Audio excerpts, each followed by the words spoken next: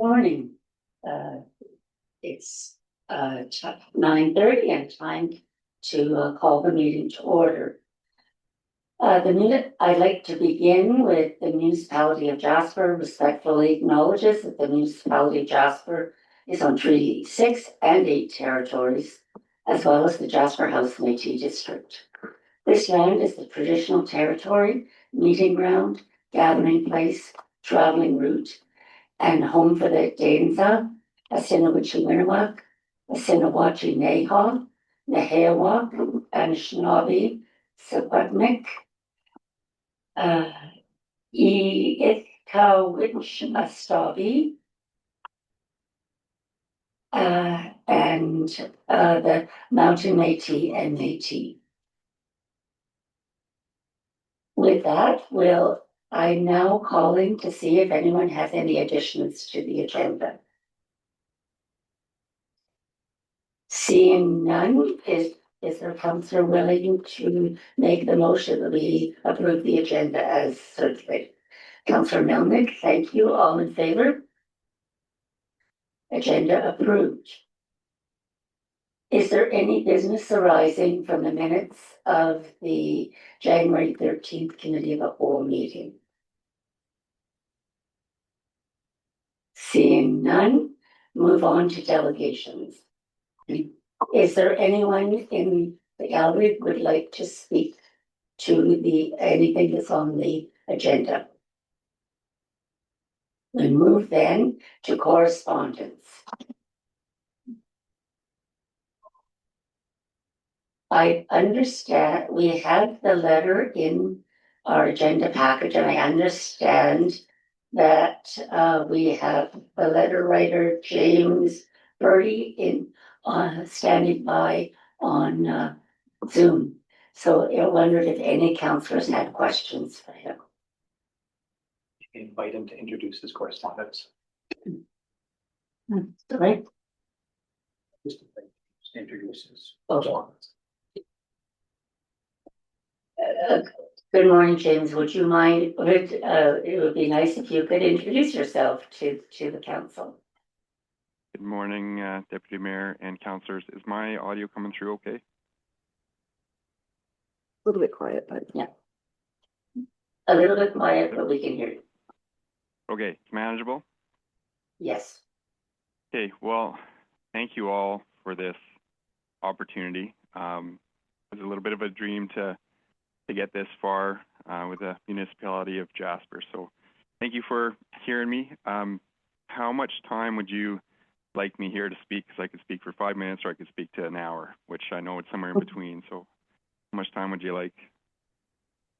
I think in general we allot 3 minutes for this kind of presentation. Okay.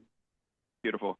So yeah, my letter is attached there. There's significantly more detail to it, but I've been involved in skijoring for close to 10 years now. We throw a really big event in northeastern Alberta in Cold Lake, and it's a great event. This will be our 5th year for that event.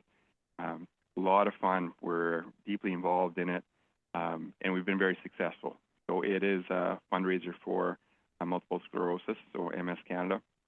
I personally have MS, and so over the years, my family and team have raised a significant amount of money for MS Canada. We're somewhere in close to $700,000 that we've raised over the years with just this skijoring event. We're in the last 4 years, we've now raised over $100,000 with just this skijoring event.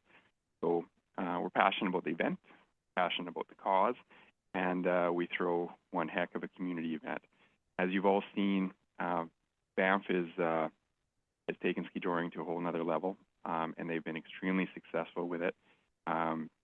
Love it, and we follow all that. We actually went to the event last year, and happy we didn't go this year because it was chaos. They had so many people. They set records in Banff National Park for amount of people who came to Banff to do what? To watch skijoring. So there's a ridiculous opportunity to bring people to the municipality of Jasper. We're very confident we can be part of that.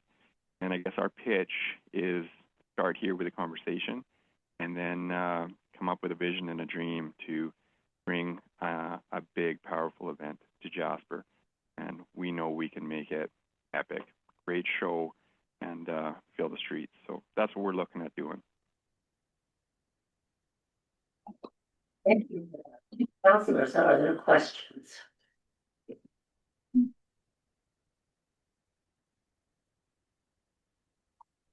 Thank you, Deputy Mayor Waxer, and to you, to James. Mr. Purdy, I would love to see this event.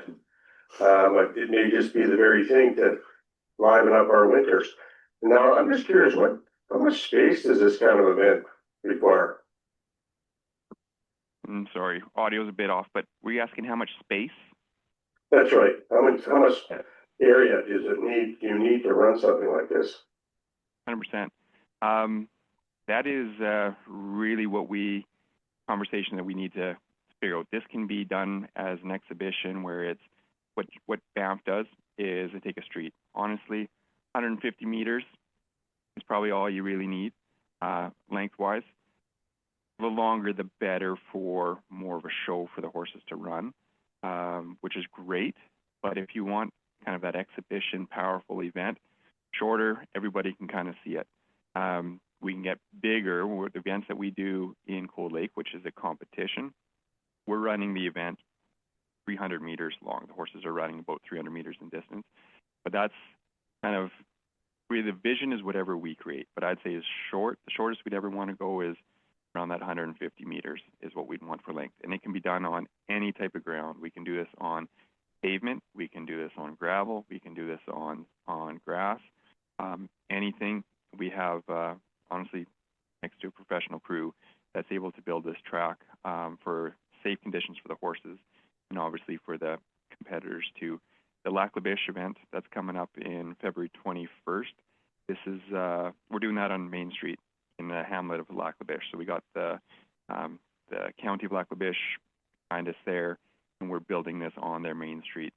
There's, whatever that is, 3 weeks away. So coming along really good there. Thank you for that. And also, this event is just that. It's an event. So you have confection, etc., food stands. It's a proper event, a street event. Right. So what we would bring as from our team, like SKIJORING for MS, we would bring the SKIJORING side of it and work with municipality on whatever else you want with it. So some of the events, they have a whole marketplace and they'll have a beer gardens and make it a bigger show. That is really the vision of the municipality. What we'll know for sure, we can bring we can bring and build the track. We can bring the event, like with the horses and the teams and the contestants in that package, and then work with the municipality on whatever else you want to add on to it. Some of these other places, again, it's a big weekend cabaret. That's what the community wants. We work with you guys on that. But the nuts and bolts of it is we bring SKIJORING. We bring the high-powered horses, high-powered athletes, work with locals too. I'll guarantee you guys have more high-powered skiing athletes than we can bring from Eastern Alberta.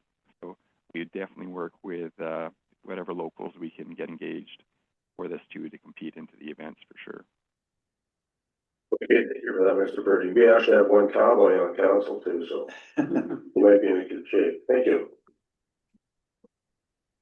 Councillor Roger. Thank you, Deputy Mayor Waxman, through you to our guest. Two questions. First one is, where would you have it in Jasper? Have you already figured out a spot? And second one, I saw a headline just, I think yesterday, from a town in BC that had some issues with SKIJORING. Can you tell us which town that is, or if you're aware of it? Okay, location-wise, again, that is up to vision on our further on meeting. So this, if you've seen any of the Banff stuff, they do it on some of their different streets. They've had a couple, maybe 3 different locations over the years, and they do it on one of their streets, and it is epic. It's logistically tough to do it on a street because you have the time, the energy, and manpower to build it onto that street. and then tear it down right away after, plus the logistics of traffic, all those pieces. But it's the logistics of that which makes it epic. If you've seen any of those pictures, you got, got the town, you got the businesses in the background, you got the mountains in the background. Some of the most glorious pictures you'll ever see, but it's logistically tough. So I would love to do it on, a street with you guys, work out which a street that would work. But there's so many other opportunities throughout Jasper that maybe it's kind of at the side of a park. Maybe it's on a soccer field or something. So it can be done anywhere. We know Jasper a bit. We come there snowboarding at least a few times a year. I've got a family of 5, and we're there. We drive through and enjoy the community. So, but it's a vision that we'd work together and spend some time. And just so everybody's aware, I'm really hoping that takes off, but I'm really hoping it's not this year. I'd love to see this for 2027. The other question you asked there about different community, I've heard no backlash on skijoring except for the chaos that this event created in Banff. As for 2 weekends ago, and that was just logistics. They had too many people coming to watch skijoring that it caused logistical problems for the community. It is amazing. That is set records. So those are the only issues I've ever heard with skijoring is really they had too many people who wanted to watch the event. Wild. I think that's something we can work on and work towards. That's fantastic. Okay, thank you. Councillor Hall.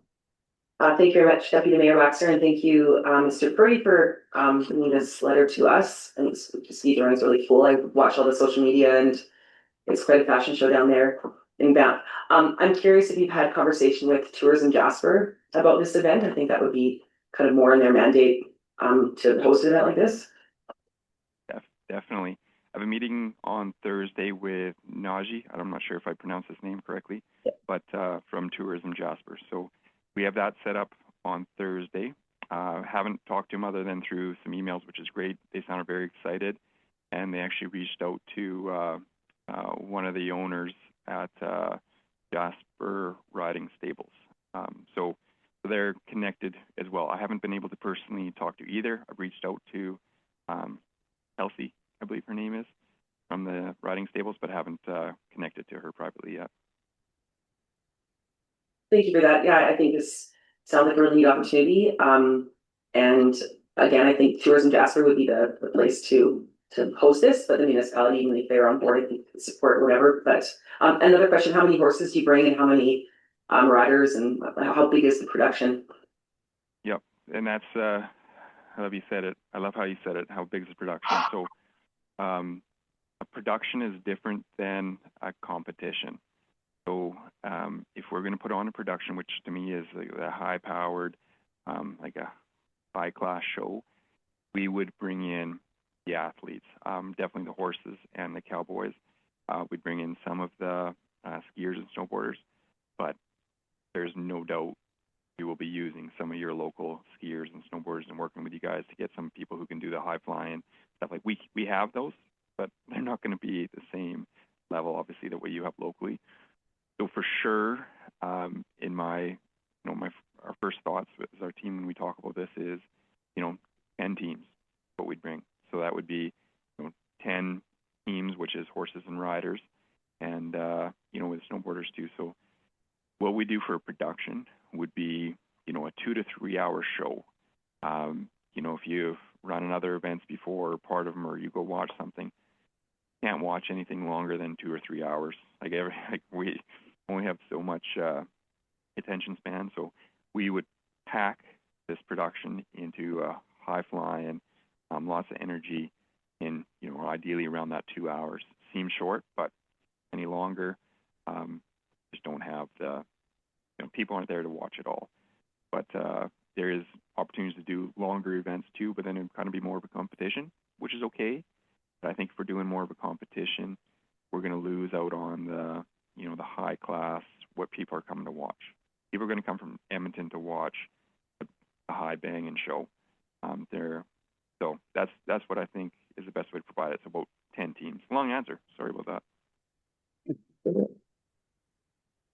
If I may, one more question, if you use local athletes, is it sanctioned through some, freestyle, for freestyle ski, or so what is there insurance for them? We bring our own event insurance. So, yeah, we have our own insurance that, I guess it protects, protects us against if spectators get injured. But no, it would be no different than, you know, that skiers on the hill hitting the park. So it would be, you know, kind of at everybody that we bring is at their own risk. We do bring insurance, event insurance, to protect. That's something ever happened in the stands. Well, thank you for your answers, and yeah, I look forward to hearing the outcome of your conversation with Tourism Jasper. Thank you. Mayor Ireland. Thank you, Deputy Mayor Waxer, through you to Mr. Purdy. Thanks for your letter and thank you for your appearance today. I don't have any questions for you. I am inclined, when questions are done, to introduce a motion to further investigate this opportunity, but I wanted to take this chance while we're here to thank you for your support for MS. That's, from my perspective, a somewhat critical component of this if we can do some good for others. And we do have a history here. Our former fire chief, the legendary great Ben Teagham, biked twice across the country, once from Hawaii to Winnipeg in the winter on the Trans-Canada Yellowhead Highway, raising funds for MS. Another time he rode the entire length of Highway 93 from Wickenburg, Arizona, to Jasper, again, raising funds for MS. And for years, he had a local team, the Rock Hoppers, participate in mountain biking for MS in the Hinton event. So we have that connection, and it's nice to know that your intent is to continue to raise funds for a worthy cause, and obviously you have a personal interest in that. So I thank you for bringing that to the table. There are lots of issues to investigate, and I'm happy that you brought it forward with an acknowledgement that it doesn't have to be this year. I think that would be a stretch, particularly with all that's going on, but potentially for subsequent years. So again, thank you very much for presenting this opportunity. We can see where we can take it from here, working with yourself and with Tourism Jasper and perhaps others in the community. So I just wanted to take the chance to thank you. I really appreciate those comments. Thank you very much. Councillor Melnick. Thank you, Deputy Mayor Waxer, and thank you, Mr. Purdy, for the letter and the presentation. That events such as these, as I know from previous events here in Jasper, require a significant contribution of gift in kind from the municipality, which is, I sense, your approach here. Can you perhaps give council a sense of what a potential ask for the municipality might be before we venture forward? And I'd like to echo Mayor Ireland's comment that I think this might be something, of course, not this year. And I think with the right information and involving the right partners, being Tourism Jasper, Jasper Park Chamber of Commerce, our business community, to evaluate, you know, first of all, what the impact would be on the community from a participation point of view, and then evaluate the benefits. So I'll let you answer the portion about the ask of the municipality, so we have some sort of concept about what really you're asking for. Yep, great question. 100%. So the vision is, you know, we bring this big event. What would that entail? What is the ask, I guess, for, you know, for our group, Skijoring for MS? What is the ask back to the municipality? It's pay for that event to happen as big as we want it to be. That's kind of the piece that's going to bounce around, and for us to bring teams there and to organize an event there. You know, we sat down through the weekend. We couldn't even believe our letter, honestly, hit your guys' agenda. So that was a bit of a jaw drop and a holy smokes. We sat down as a team over the weekend, and for on the $30,000, it would be to bring the event to Jasper. Some of the highest costs there is building that track. The more exciting this event is, means it's most likely in a harder place to build on a street or something like that. Where you need it to be visually stunning, which all of Jasper is, but for every picture just to be amazing, and you need the spectators to have easy access. So every single person that comes, they're just walking from a street, they're walking from the hotel, they're walking through Jasper to get where this event is. That's what's going to make it work. That's going to cost, I'm going to throw out $10,000 for our builder to come out and work, build that track. So that's his time. That number changes with gift in kind. So the more gift in kind that comes, probably hit 10 grand for just that track build. But then it's, if he doesn't have as much gift in kind, if it's equipment or local manpower, then potentially that's higher. Another high expense, we're all coming from, we're 600 kilometers away.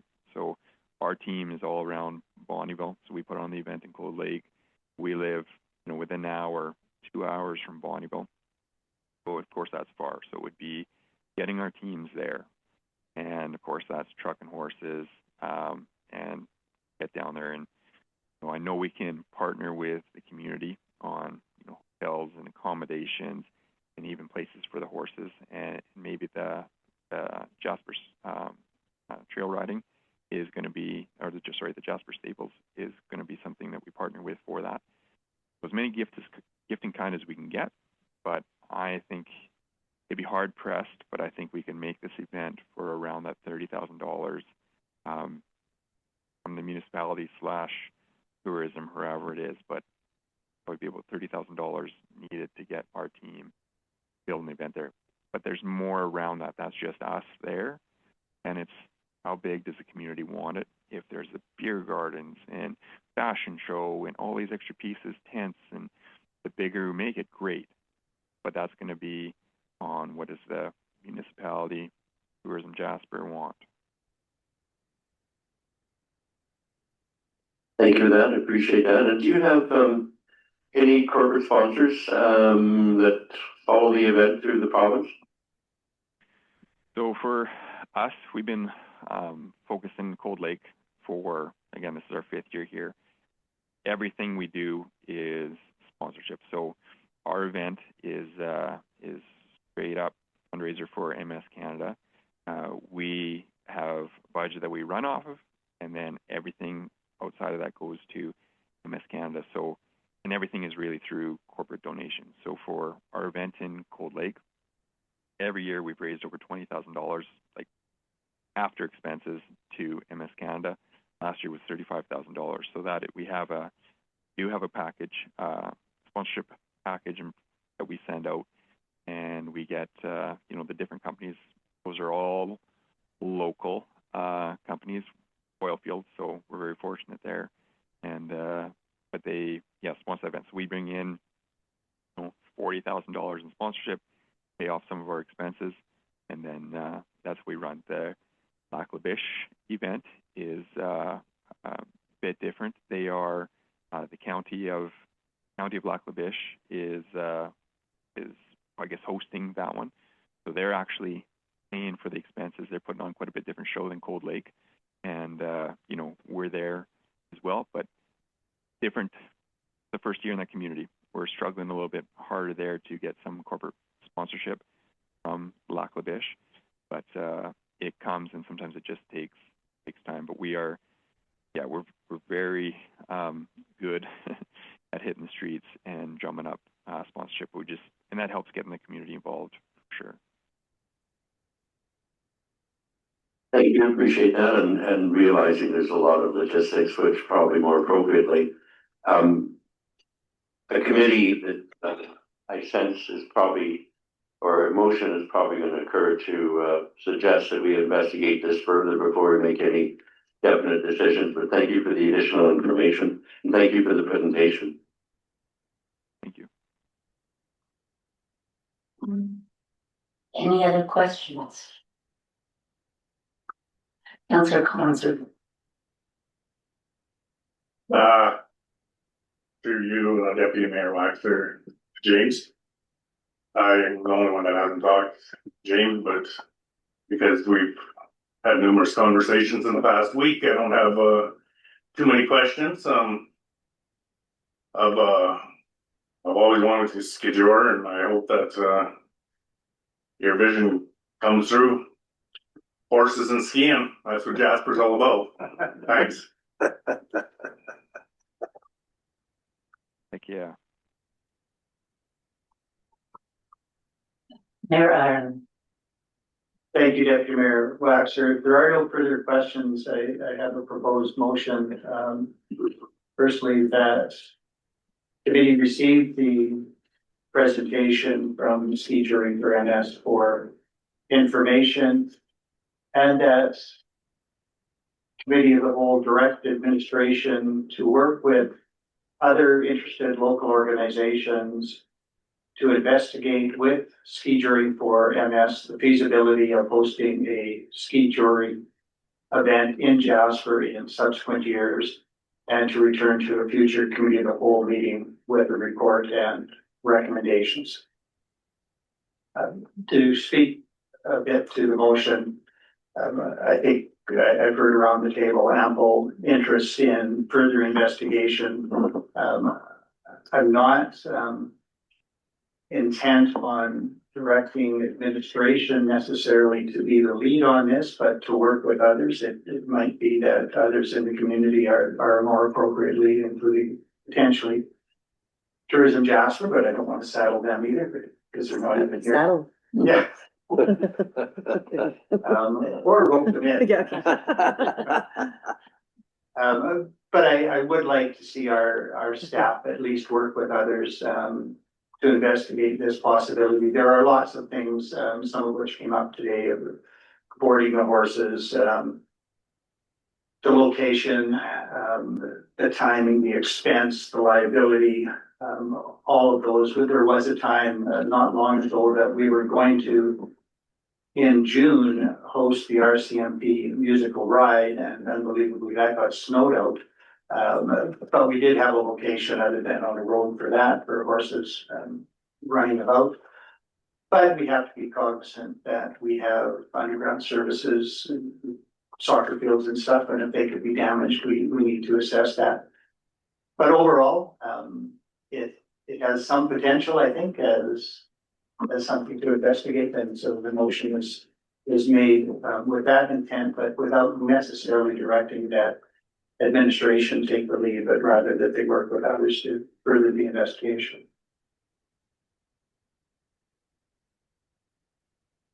Any debate? I'll call the question then. All those in favor? Motion carried unanimously. Thank you very much for the excellent way to begin our morning. Thank you. Thank you so much. Really appreciate this opportunity. Can't wait to see you guys again.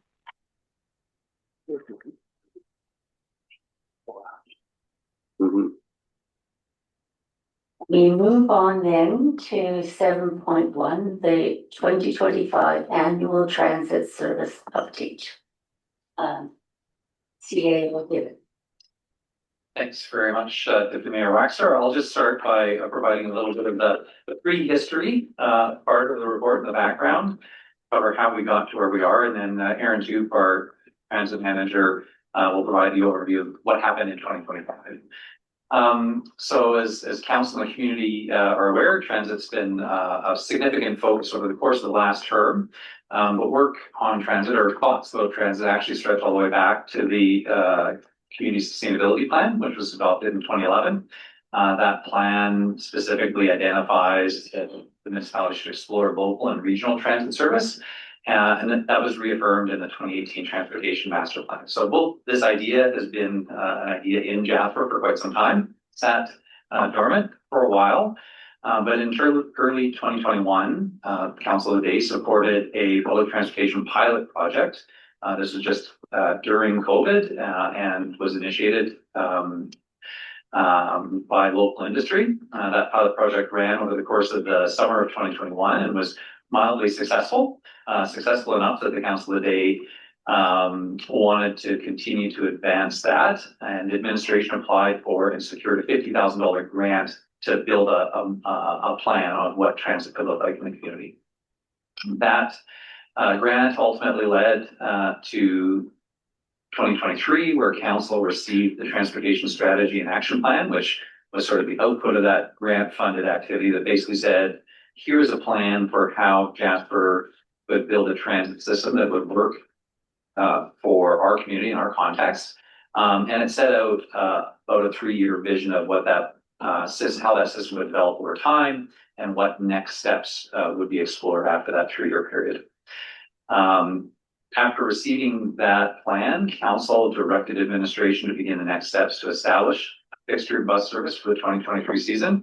And in September of 2023, Jasper Local Transit actually launched. So the service was off and going and operating with a number of ups and downs, and we can see some of those in the data that Aaron will discuss. In May 2024, council approved the first policy that gave administration direction in some of the guidelines and guardrails around transit. It's the Transit Service Standards Policy. A part of that policy compels administration to report annually on transit service. And so this is the that annual report that's required under that policy. And then in July of just the last year, Jasper Regional Transit Service was launched. That service is funded through a provincial grant to support recovery following the 2024 wildfire. And so through the course of the report, you'll note that we make a distinction between local transit, which was the service that was envisioned in the 2023 study and plan, and the regional service, which was this grant-funded recovery initiative. The plan identifies that, maybe in the future, regional transit would be something to consider, but it wasn't a concept that was identified in that plan. It is explicitly a recovery-oriented service. So I'm going to hand it over to Erin, who's going to cover some of the basics of those two services, and then she'll get into the stats for the 2025 year, and then we can get into the session. Erin.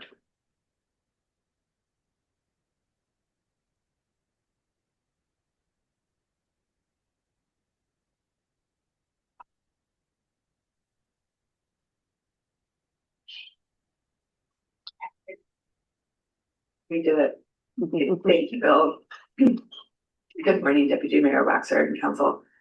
I will pick it up from where Bill left off and just do a quick overview of what we see for transit service on the ground in fall, winter 2025, 2026, and then get into the annual report. So local transit, like our regional transit service, is delivered by a single bus.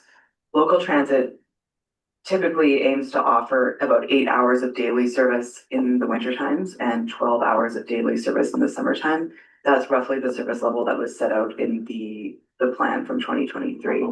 But these hours aren't spread evenly across every route, and we thought it might help to just see how those hours are divvied up amongst the different routes that we provide in the system today. So in the current winter schedule, there are 4 of those 8 service hours dedicated to 7 daily Jasper Park Lodge trips.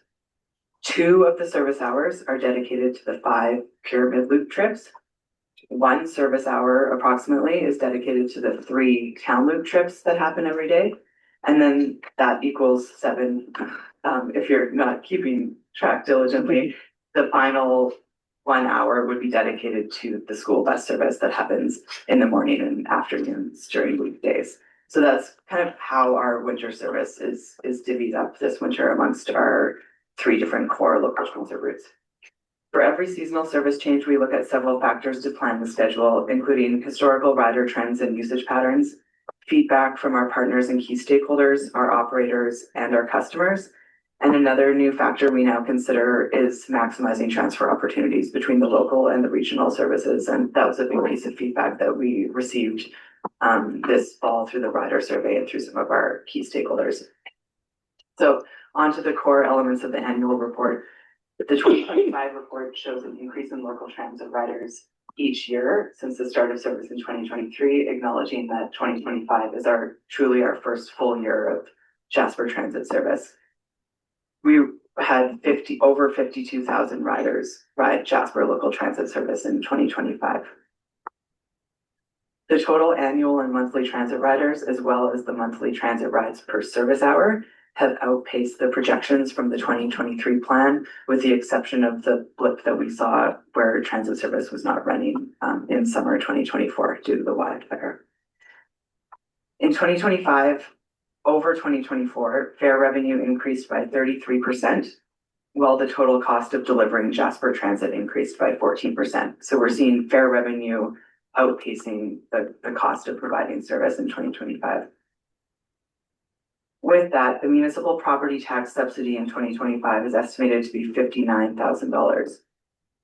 This is contextualized in the report by service hour and by rider. We provided some statistics, but another way to look at this, which allows us to compare it to other peer communities across Canada, is the subsidy per capita. So in Jasper, that $59,000 is approximately $12.25 per resident. In other small Canadian transit systems, so that would be the cohort of communities in Canada that are under a population of 50,000, the average municipal operating contribution is $55 per hour. So Jasper's municipal operating contribution per capita was $12 an hour compared to $55 an hour in other communities. Regional transit in 2025 earned a modest fare revenue, and that was due to significant use by recovery pass holders, which I think is aligned with the intent of the program and speaks to some success in that regard, just not in fare recovery. The recovery pass holders ride the system for free. And in fall 2025, recovery pass users were approximately 70% of the regional transit riders. So we're seeing quite a significant use from that group. On-time performance on the local transit system was on or above target for the year. There have been some minor reliability challenges due to various recovery and rebuilding initiatives, both within the town site and outside of the town site. For example, at the Jasper Park Lodge site, where they were doing some rebuilding work, and at Wapiti Campground this summer.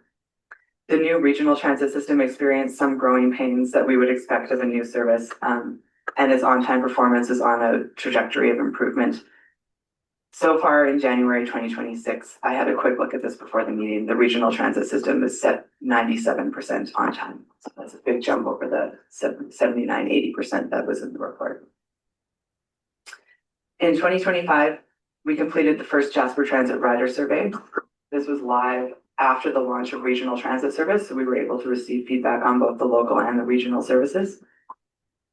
This informed the fall 2025 service planning and scheduling, and it established baseline customer satisfaction measures, which we intend to monitor annually, and that's part of the transit service standards policy.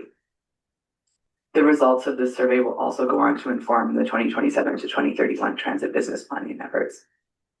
So upcoming in 2026, administration will be increasing local transit fares to reflect a new one-way ticket price of $3, which is up from $2.50 currently. This fare change is planned to roll out with the summer service level in roughly mid-May, early June 2026, depending on the opening of the campgrounds. This fare change ensures that fares continue to be a reliable revenue source to offset municipal property tax subsidies, and will bring in Jasper in line with peer agencies across Canada. The full updated fare structure is shown in the report, with each pass type being based on the one-way ticket cost increase. Jasper residents who tend to purchase bulk passes will continue to receive high value for their passes. So for example, a monthly adult transit pass is about 16 one-way rides. So that's quite a reasonable value for a monthly pass. We're also beginning to work on a 2027 to 2031 transit business plan this year, and this will be guided by the council-approved transit policy. So this plan will include reviewing the Jasper transit goals that were set out in the original plan, analysis of historical data, capital planning, including the completion of the Rural Transit Fund program, new revenue opportunities, service planning, including a review of the town site on-demand transit feasibility for the winter times, which was also spoken to in the 2023 plan, And then looking at the service delivery approach, including what functions might potentially come in-house or continue to be outsourced going forward. That concludes my overview of the report, and we look forward to questions. Thank you.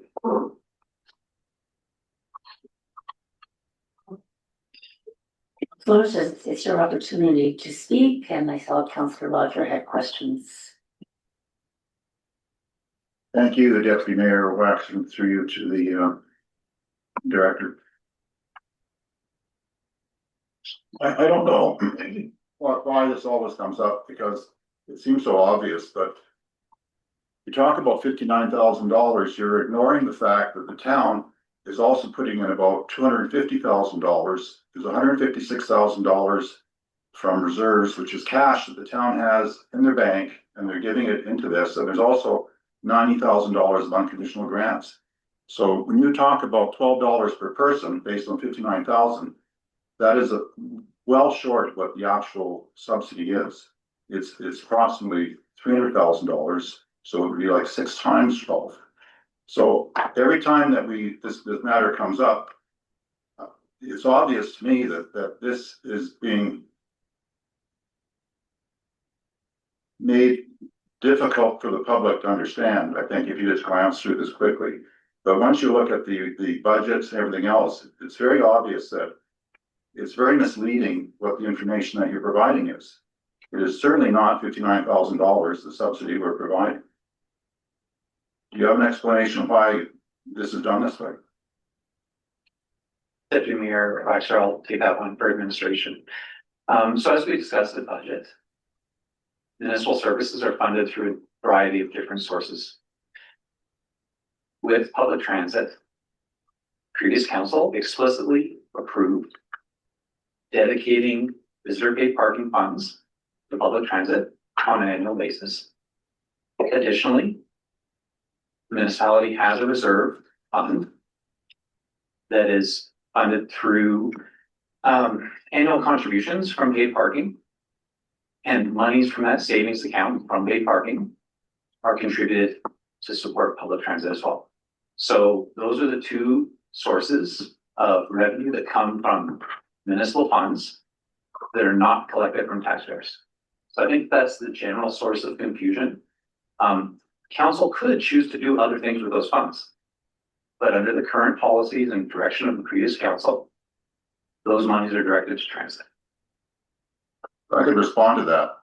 It is municipal money. You say it's not collected from taxpayers, but it's municipal money. It's money that could, as you say, be spent on anything the town has, and we're choosing apparently to give it to transit, which I'm not saying it's a bad thing, but it's just not clear to people how much money is going into this. It's certainly not $59,000.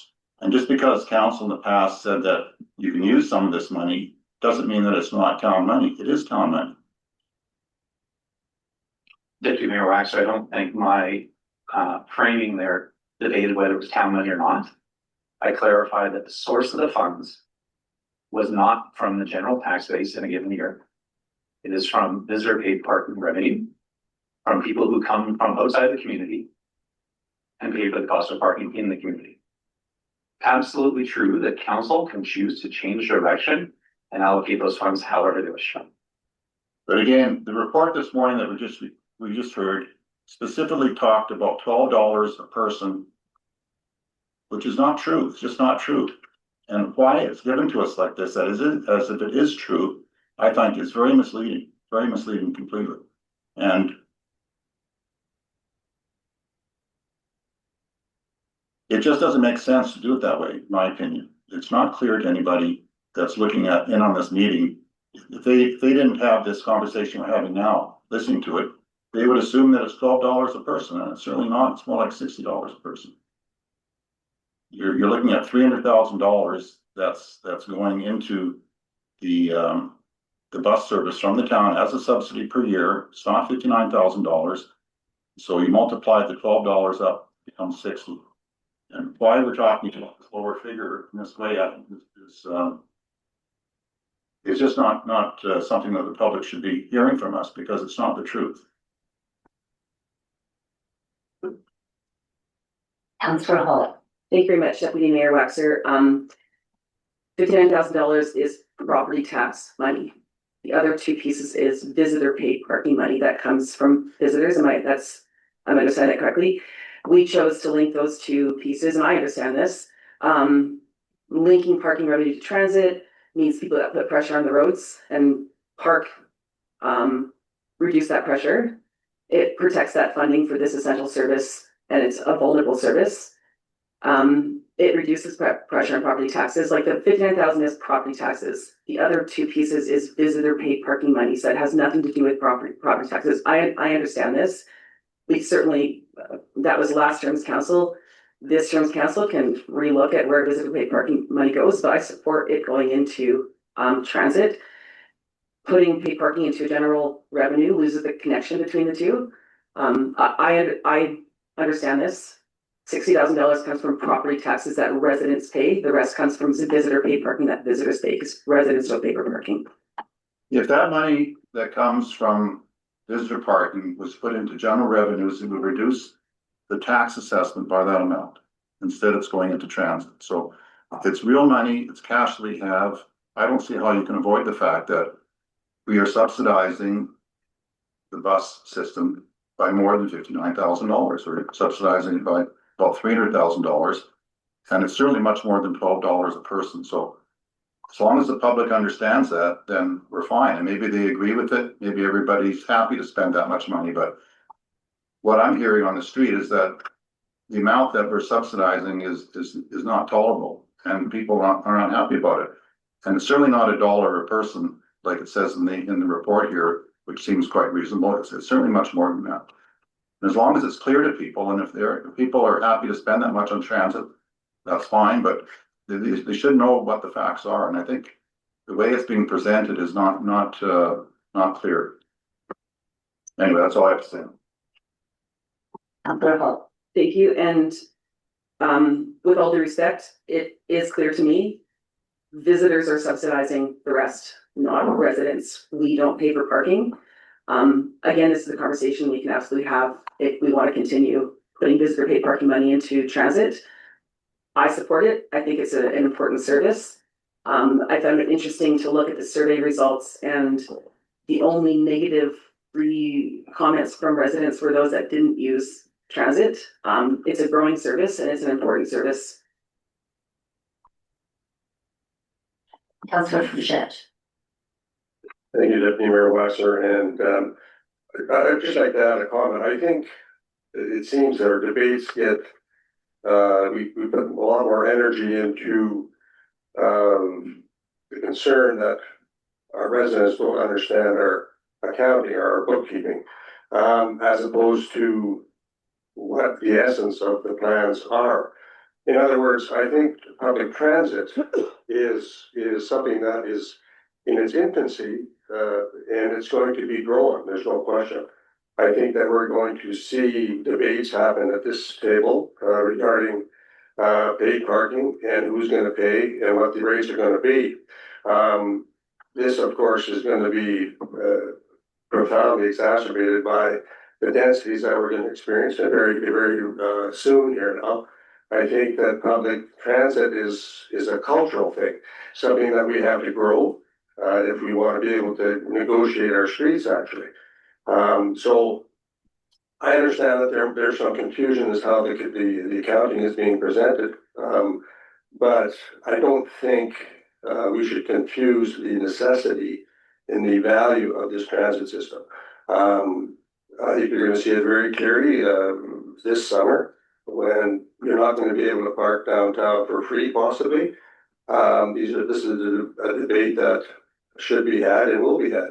So everything's in a state of flux. If the accounting piece has to be clarified more clearly, I understand that, but I certainly wouldn't throw the baby out with the bathwater. I think the public transit in our community is going to be very evident in the years, if not months ahead.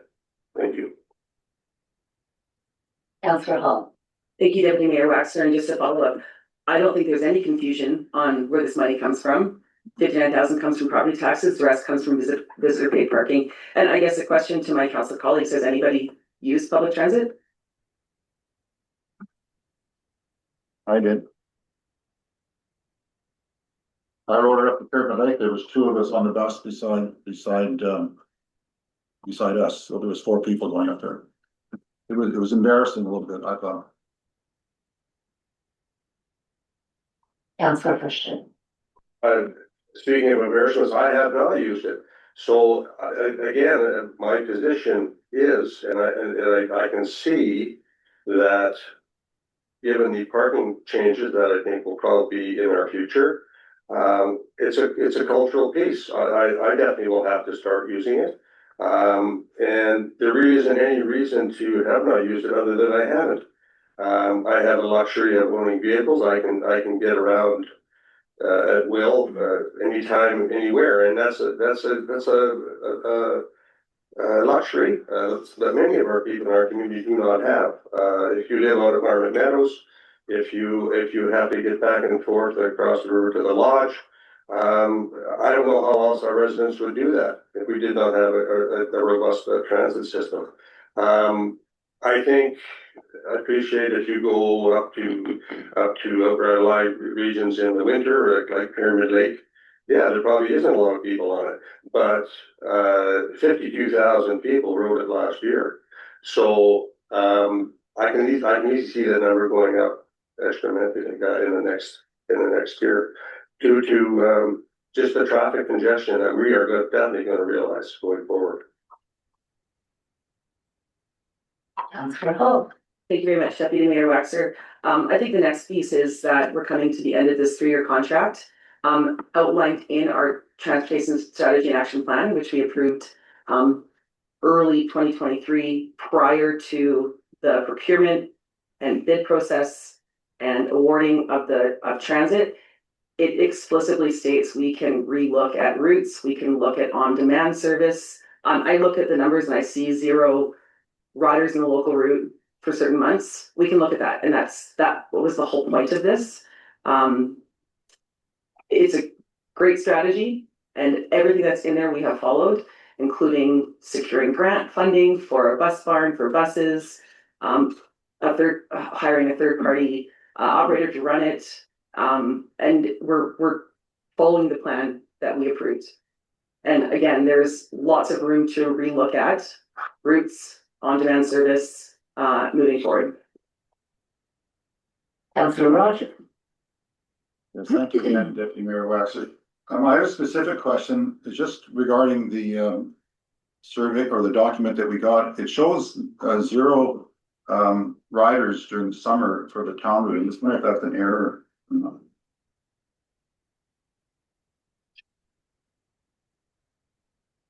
Thanks for the question, Councillor Roger, through Deputy Mayor Waxer.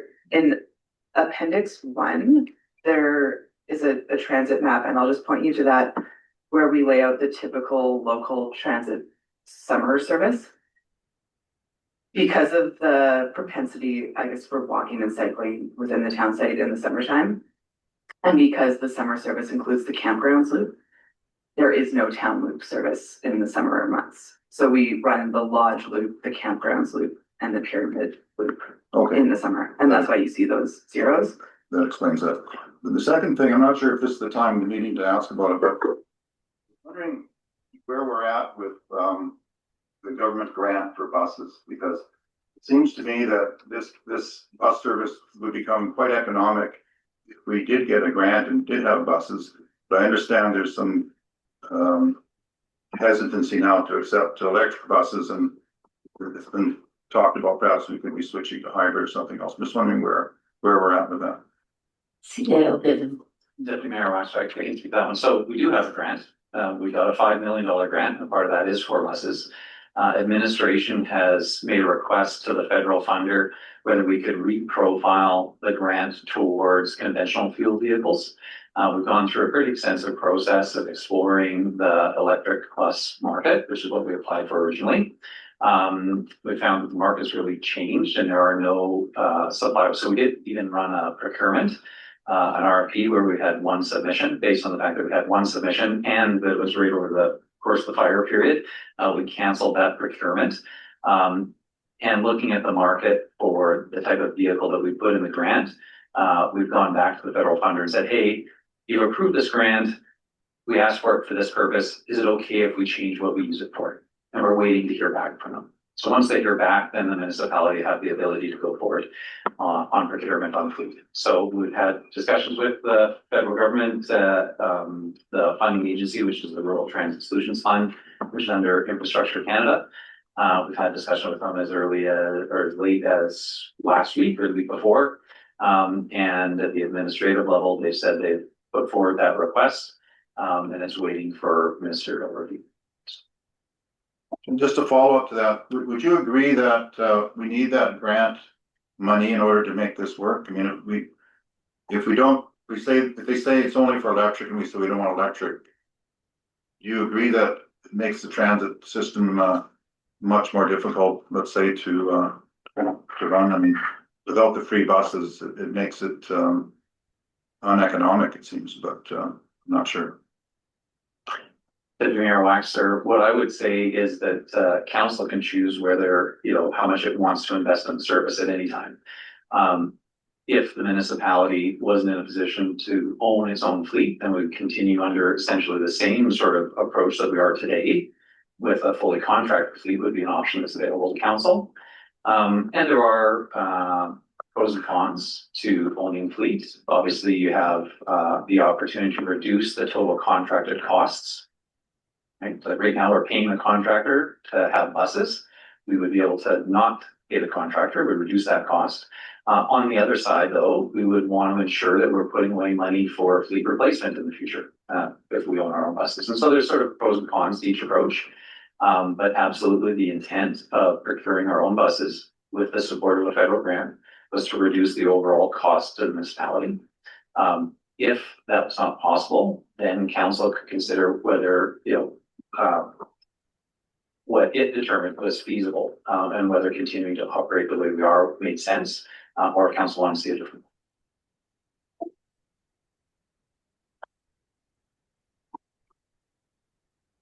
Mayor Ireland. Thank you, Deputy Mayor Waxer.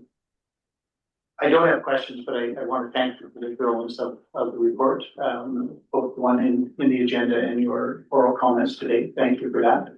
I did want to respond to Councillor Hall's inquiry about who has actually used the bus. And I am one, other than the very initial trip that council took. I haven't been back on the bus because I haven't had a need. Neither have I ever used our subsidized municipal daycare. I don't play hockey. I haven't been swimming for years. I do go to the fitness center occasionally. All those facilities are subsidized by taxpayers.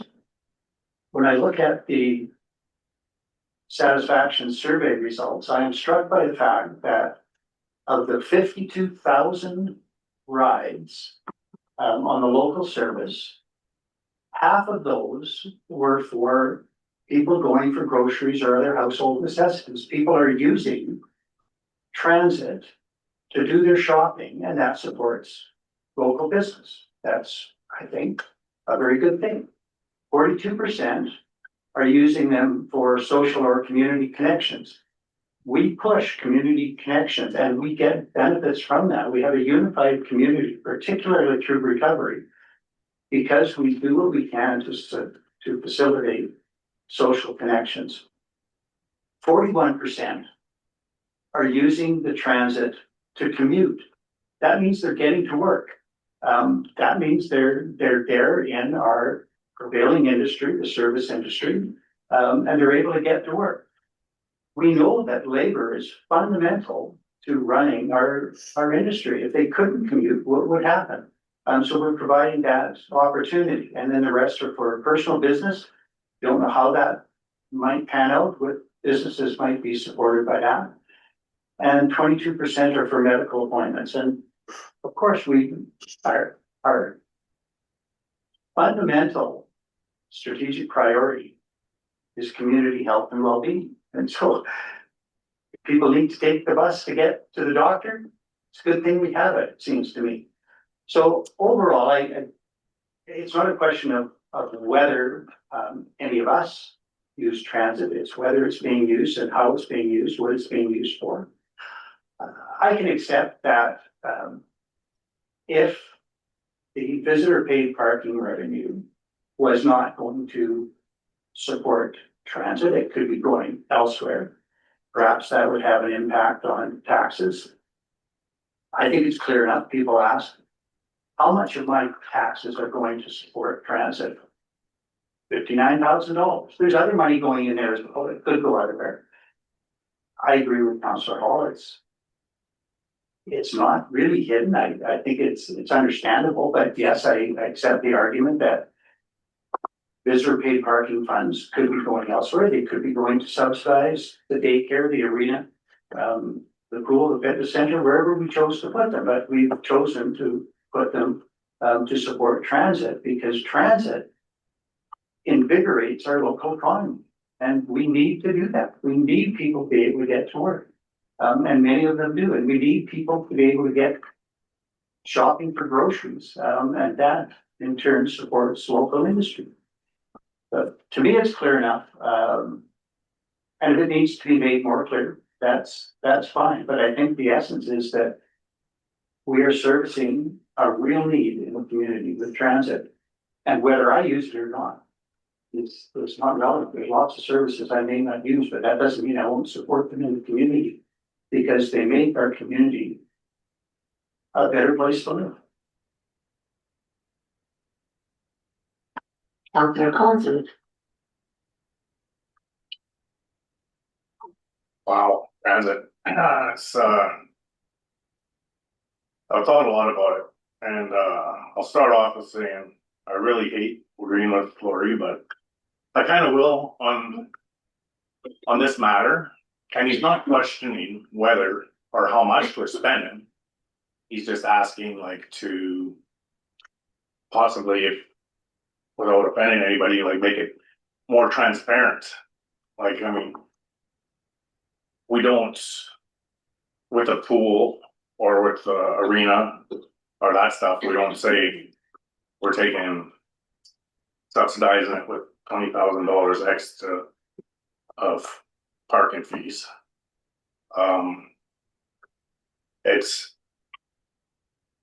I do find it's kind of ludicrous to say that it's only costing us $59,000 when we are putting that extra money in. Like, it doesn't matter where it's coming from, it's our money.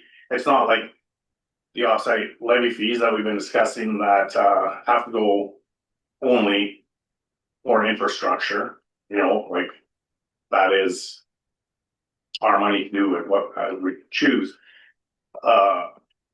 I feel we have a lot to do, a lot to talk about with transit. I was kind of thinking that was going to be in the strategic planning. That's when I wanted to get down and dirty with it. I think it's very important, the transit, and I think as the town gets busier and more net units and stuff, we have to get the public on the buses the first time or 2 or 3 times, and then they'll be comfortable getting on the buses and they can jump on. But once again, that's conversation for later. But I think the breakdown is between Lori and possibly administration is like how much it is costing and why we have to say that it's not all going in. Parking money isn't going into a pool, and that pool is paying for the transit. And whether it is paying or not, that's another discussion. You know, I think that's just the breakdown, and I thank Lori for getting into this and kind of wanting answers, I guess you could say. Thank you. Councillor Hall. Thank you very much, Deputy Mayor Waxer. And again, with all due respect, it's very clear where this money comes from. And we actually do subsidize the pool and arena with paid parking money. Some of that money is dedicated to the payments on the renovation. If not for that, those taxes would be higher on those two projects. I think if we were to put parking money just into a general pot, it just loses the transparency and predictability. I want to go back to something that Councillor Bichette said, just about seeing into the future, and it's often very hard to make these decisions whose benefits aren't felt for years because the costs are immediate. It takes courage to vote for something that may be unpopular right now, but acts in the best interest of the future. And this is the kind of leadership that isn't flashy, but it's how strong, resilient communities are built. I'm still a bit lost how this is not transparent where this money is coming from. Taxpayer money is $59,000. The rest comes from visitor paid parking money, which visitors pay for, not one resident. Residents don't pay for parking again. I do have some questions. I'll finish my conversation. Is there a way to break down how many residents pay for passes and how many visitors pay for passes? And I only ask this because I'm watching our friends down in Banff have just again increased paid parking to $12 an hour, but their residents are subsidized and they all ride transit for free. I'm also curious with regional transit, is there a way to break down how many are Marmot Meadows into town and how many are Hinton, the regional Hinton and Jasper?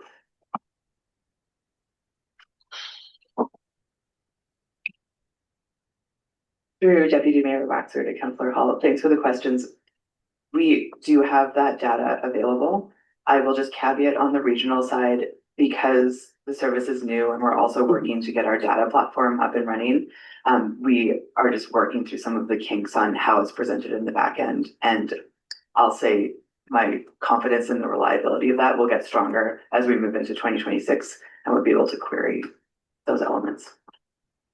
I think it would be interesting to see how the Hinton Jasper route progresses over the next couple of years. And once the funding is finished, if there's actually a need for it and maybe a collaboration with Hinton and Jasper. CEO Given.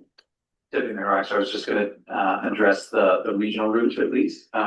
Working through JRCC, I believe that they've actually given recovery passes. So we did know how many recovery passes we've given out, so how many people and sort of where they're living. I think we have that information, but it would be through the recovery side of JRCC, not necessarily through transit. So that's something we get. We don't necessarily know how many trips each person has taken, but we'd give a general sense. That would be one source of data that we could find. And then Aaron, supplemented to say, we're working on refining that with the regional contractor. And I think bigger picture, these discussions about the service itself, how the service is funded, the types of routes, regional service are exactly why administration has a recommendation in the report that's not just to receive this required report for information on 2025, but also that committee directed administration to return with the results of the 2026 to 2031 transit business plan. Administration sees a need to plan for the next cycle of transit, and that gives council an opportunity to provide these kind of fundamental inputs about what's important to you with transit and what shape it should take in the community. That was, I think, referenced in the report. The transportation strategy and action plan that was approved in 2023 by council had a 3-year horizon. So this is how transit will likely develop over the course of the next 3 years. We've exceeded all of those measures that were identified in there. That plan also said, and in the next cycle, you probably want to investigate some of these things. So it sort of leads some conversation, but there's detailed work to do, which would include hearing from users of the service, from council and the community about your priorities. And administration is proposing to build out that business plan that would set, a next number of years. So I didn't want to lose track of the fact that, a lot of conversation has been forward-looking about the fundamental sort of role of transit and what it should do in the community. And administration agrees that that's an important conversation to have and should take place in the context of that forward-looking business plan to replace the 2023 plan, which is, now concluded. Councillor Roger. Thank you, Deputy Minister. Mayor Waxer.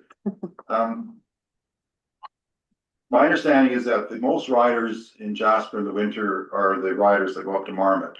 And I'm just wondering, if we've thought about incorporating the Marmot, run somehow into our system. And the second question I have, you can answer them together, is if we don't get a result back from the government about our $5 million grant that we like, are we considering abandoning that altogether, or would running electric buses be better than doing nothing at all with that grant? Is that a decision that has yet to be made? I'll take that one first, Deputy Mayor Waxer, and speak to the sort of winter service. So that would be a decision that would be up to council. Explicitly, so administration kept the last council up to date on our discussions there, and kept council informed about why we weren't moving ahead with procurement of fleet. And so we would expect to do the same. Once we get a resolution to that, we'll come back to council, provide an update. And then, council will be a part of the choice of the course of action there.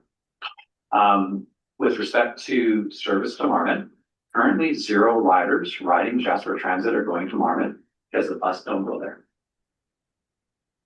So as in the report, we reference the council approved policy. The council approved policy tells administration what we're supposed to do. That policy explicitly says that if somebody from outside the town site wants to have new service, they need to make a request in public to the municipality. The administration has never received a public request from Marmot for that service. They would be welcome to, and the policy clearly sets out the general expectations of what a requesting party would need to do. The reason I asked that was because I didn't mean that the town service was riding people up there, but if you consider all the people that ride any kind of bus in Jasper in the winter, apparently the most bus riders go to Marmot. So it seemed that would be a market that would be important for our service if we could get it, especially since I understand Marmot and other hotels would subsidize it. And I understand what you're saying, that it's their initiative to come forward. And my understanding is they're a bit scared off by our policy saying that 90% of the cost. But to me, it's something that should be explored. And I'm just wondering if we should take some initiative to go there, and see if it's a possible way to get out of our, I think, economic dilemma with the bus service right now. CEO given. Thanks very much, Deputy Mayor Axel. Well, I guess it really depends on how much council wants to compete with the private sector. So my understanding is right now that Marmot and the hotels that fund that service hire a local company to provide it on their behalf. If council wants to go out and compete with that local provider, administration would be happy to do that if that's the direction you want to give us. We can go and try and get the business from people that are providing it. I think the intent of the policy is that the municipality is cautious about competing with people who are already providing privately funded services in the community. That there's a real balance there to be had of whether the municipality competes with our local taxpayers and businesses, or whether we look for a part of service offering that provides a broader general benefit rather than that sort of profit motive. The council wanted to change that direction and direct administration to go out and try to capture as much of the local transportation market as possible. That's something that we could incorporate into that business line. Well, the alternative is that the person that you say we're competing with becomes our supplier that works for us. And I think there's an opportunity there as well, because I've spoken to people involved.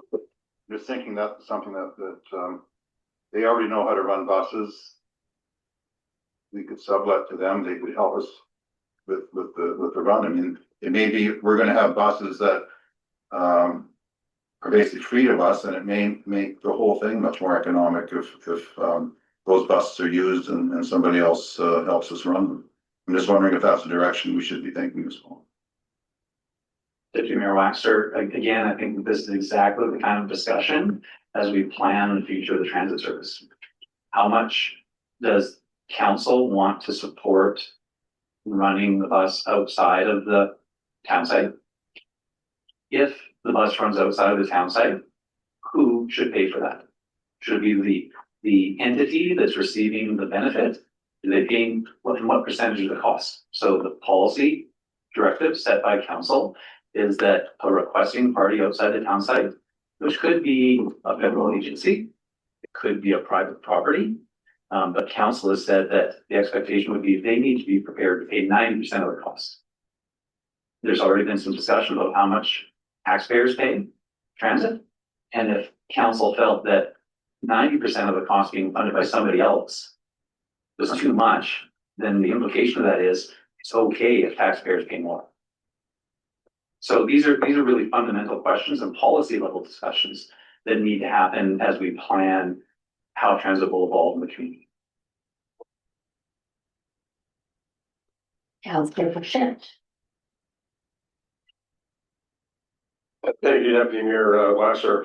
Just to join in the conversation, I think that it's time that we have a robust, in-depth look at our transit system in the aggregate, not just today, but going forward. If we don't have to look very far, this is something I know will be on our discussions with our friends in Banff and Canmore. Parking in national parks is problematic. We see what's happening in Louise. You can't even drive into town in the summertime. So I think for us not to see what's happening there and what's going to happen down the road is a very myopic view of things. We have to be proactive and we have to own it. We have to get into the discussion, and I would like to see personally a little more energies and forces put into what can we do as opposed to what's wrong with what's happening today. Every discussion that I've ever had about transit in terms of the opposition to it comes from people. It's interesting. People will drive up to me in their $100,000 truck and tell me how they don't need transit. I understand that. But we're heading down the road whereby we need cash streams. We need to look at our parking, how much we charge, and who gets free parking. If you can't park because there's too many people, then I submit it's not free for anyone. So if we have to discourage and we have to create a culture within our community that you cannot go downtown and park all day for nothing because there's no room to park. So it's not going to be free for anyone, in my opinion. Because at the end of the day, if you can't park, even though you have free parking, then it's not free anymore. It's compromising your life, it's compromising our streets, and we have to create a culture. And the only way to do that, in my opinion, is to have a transit system that everyone can and should use. So I don't think there's any upside to going backwards. I think we have to look at it, whether it's electric buses or hybrids. We have to explore it. And we can't satisfy people who don't need the buses. I understand it. You don't need the bus because you don't have kids, or your kids are gone, or you don't play sports. You don't need buses. And I would agree with Mayor Ireland. I mean, I don't swim, I don't lift weights, but we have that facility. Selfishness doesn't go very far in the community. You have to support the people who are least able to look after themselves. We're here to supply services, not to make money all the time. I'm not saying we're going to lose money either, but I think it's enough of the beating up of a project that is really in its infancy, and we should get behind it and we should support it, because that is the way of the future, no question. Thank you. Thank you, Councillor Bichette. Councillor Melnick. Thank you, Deputy Mayor Waxer, and through you, first would like to thank Aaron Troop for the detailed report and appreciate the work that's been done. And I'd like to recognize that 2025 was the first full year of our transit service where we were able to operate 12 months out of the year. So we've got some statistics now. So the first time in 3 years where we can take a look at our ridership. It has grown, of course, but again, you have to temper with, last year being the first year, or 2025 being the first year after the fire, where we're not fully rebuilt. There's not the hotel capacity, but it is interesting to see the ridership and how it's grown.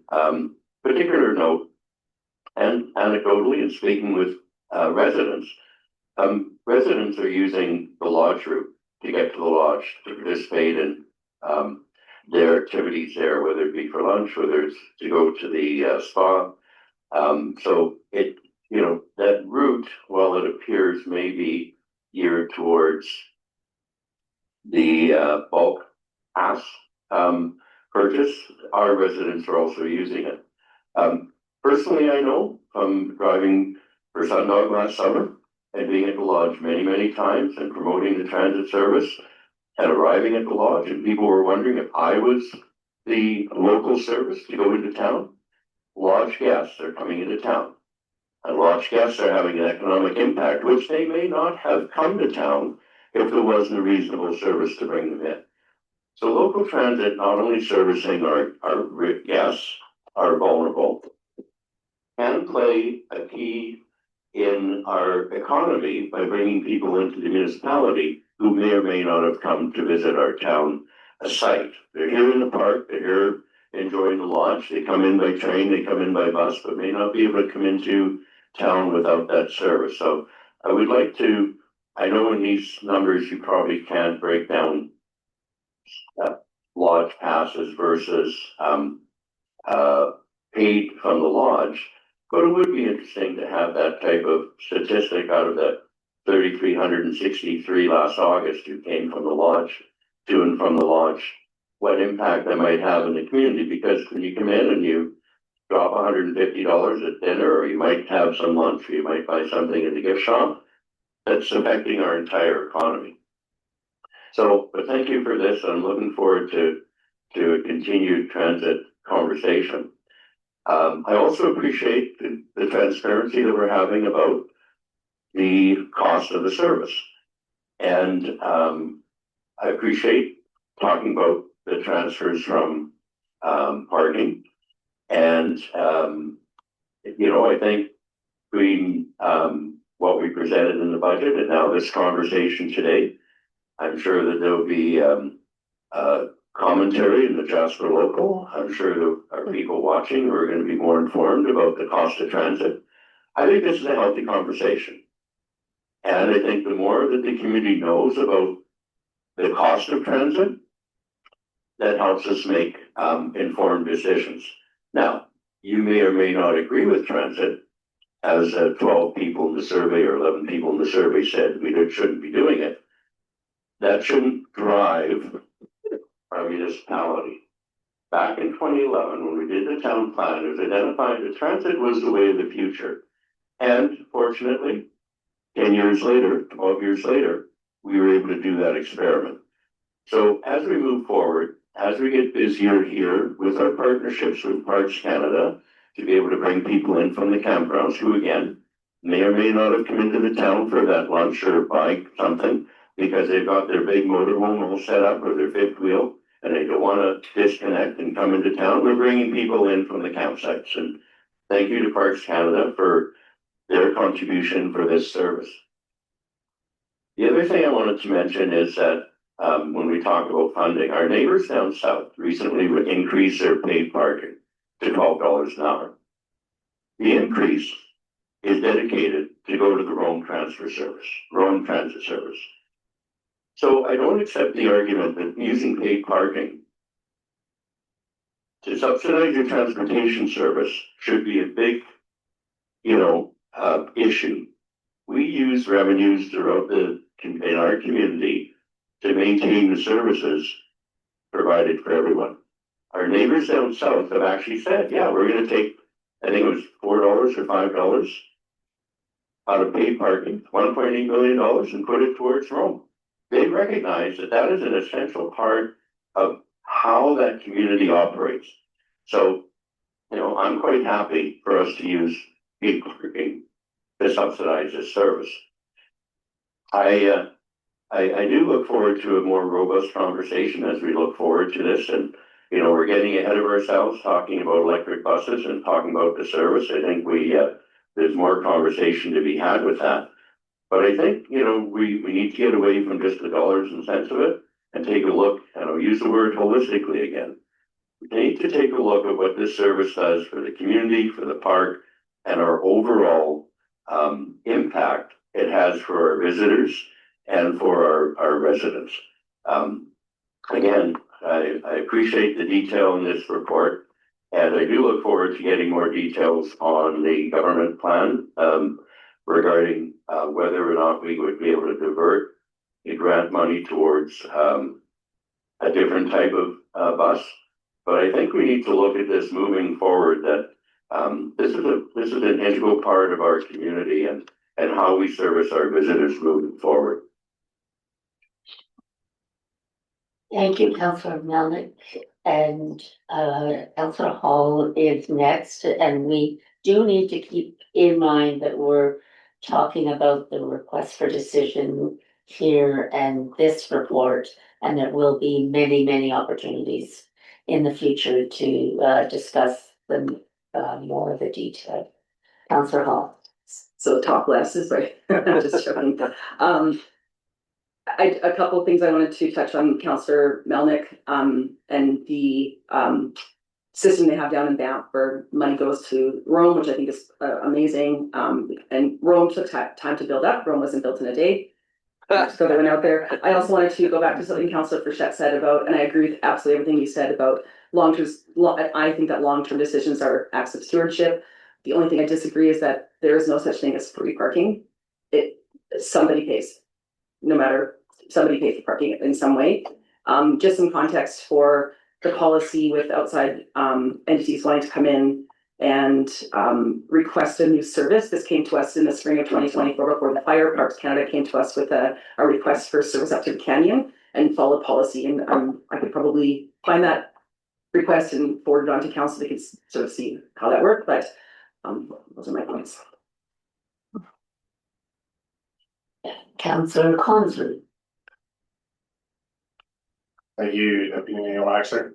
I just wanted to backtrack on that word transparency, because I find it a little too harsh or accusatory directed to a certain amount of people. And I want to take some of the onus on myself, being there's a few of us newly elected councillors here, and there's a lot to understand. Like, I guess it's just to make it easier for us to know what the total cost is, without different categories. And it's the same way. I don't even know what Councillor Hall was saying. I never saw in the budget or whatever how much paid parking money was allotted to the arena or the swimming pool. So I gotta go back and take a look at that. But I mean, I wanna share the responsibility of, figuring this all out. Thank you. Do we have a councillor who is prepared to make a motion? And I did have notes prepared for this, but I believe that there's many people who said what I intended to say, but I won't say anything at this point. Councillor Roger. I'll make the motion. Have the committee received the 2025 annual transit service update for information?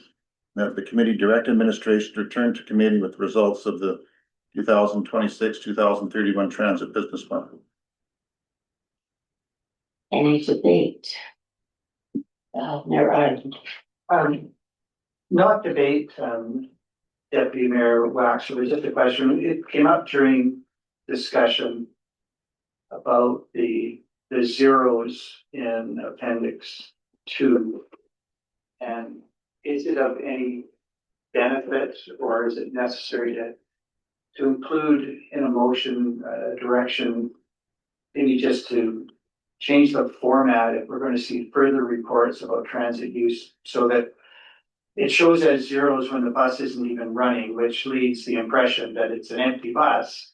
Whereas if it just showed not applicable for the town route during June to September and not applicable for the campground work from November through April, it would just add, again, some transparency. So I throw that out there. Maybe it's not needed in the motion in any event, but I don't want to overlook the fact that as we progress, certainly we have an obligation to make it as clear as possible to residents what the numbers mean.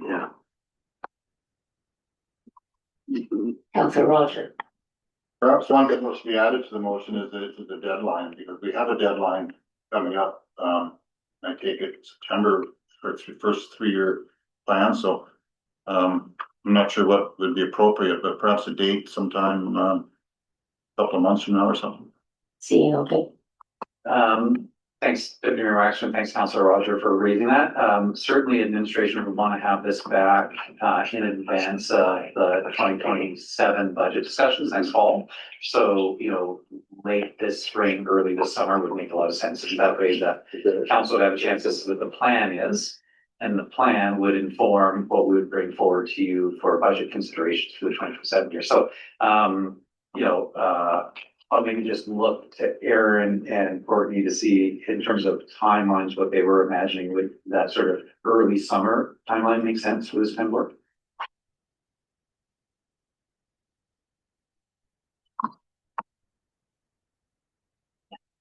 Thank you, Deputy Mayor Waxer, through you to Councillor Roger. Definitely for a draft, I think, during that timeline, we can get that out in early summer. We should have a date, perhaps June 15th, something like that. Well, maybe if I can recommend, rather than a specific date, maybe council might wish to say prior to and then the month.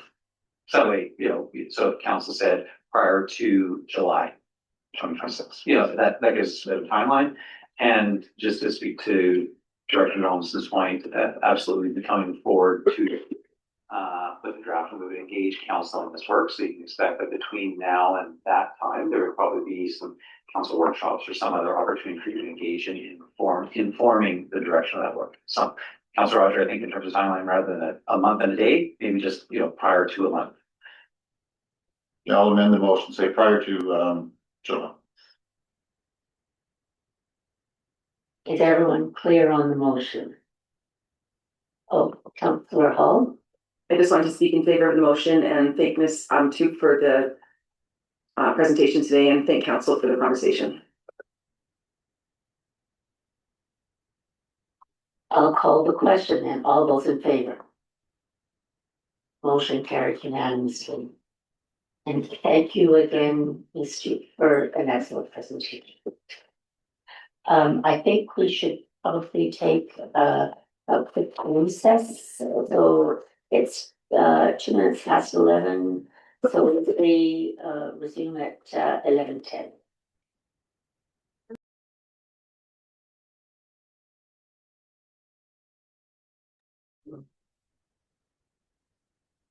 Thank you. Apologize for the couple of minutes we're late.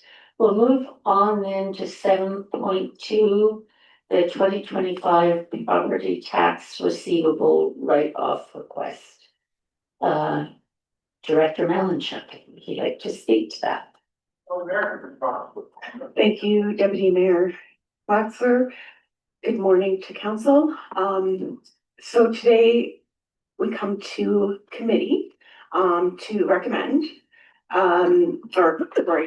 administration is looking for committee to recommend council authorize the write-off of $10,802.15 for property tax receivable for rural 500,000. So that is the provincial building downtown.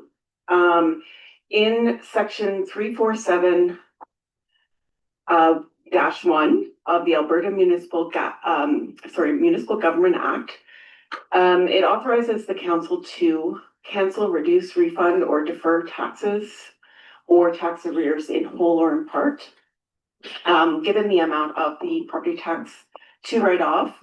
In this event, it's quite substantial, as well as we've come to council in all other previous years. We are bringing this amount to council again to make the decision on this write-off. Basically, the provincial grants in place of taxes, GIPOT, is meant to cover the cost of services that municipalities provide to Crown properties, which are exempt from tax. The federal government also has a similar program called Payment in Lieu of Taxes, PILT. So both of these, so the federal and provincial properties benefit from the services of Canadian municipalities. The government of Canada has firmly supported the principle that as a property owner, even though it is exempt from taxation, it should share the costs of local government equitably with other property owners in the community. Back many years in 2020, we received a letter from the province that suggested or stated that they would be only paying 50% of the amount levied in the given year going forward. So we have been coming to council for that annually since then. Following the release of the 2025-26 provincial budget, the municipality received a letter from Minister Rick McIver, which stated, over the last few years, we heard loud and clear from municipalities that have provincially run buildings within their boundaries about the need for stronger recognition of the impact provincial properties have on municipal services. Starting in the 2025-26 fiscal year, GIPOT will be paid to municipalities at 75% of the property tax amount that would be owed if the properties were subject to municipal taxation. Next year in 2026-27, GIPOT will be fully restored to 100%. So this was a welcome change in provincial policy. In 2025, we did see the payment for 75% of the property tax, leaving a smaller amount to write off in the 2025 year. As I was reviewing this before presenting, I did note that there is a small typo in this request for decision. For the purposes of closing the 2025 annual audit, administration must recommend that council authorize the write-off of these uncollectible amounts. So there was a small typo of the year there. And so just, I guess, a little bit more history on this. In the 7 years, the write-off amount with this amount of just over $10,000 will be equal to $168,122.73. So the write-off expense of this amount in the 2025 fiscal year will reduce the tax receivable that you see, as well as the 2025 year-end surplus or increase the year-end deficit. And I'm available for any questions. Thank you.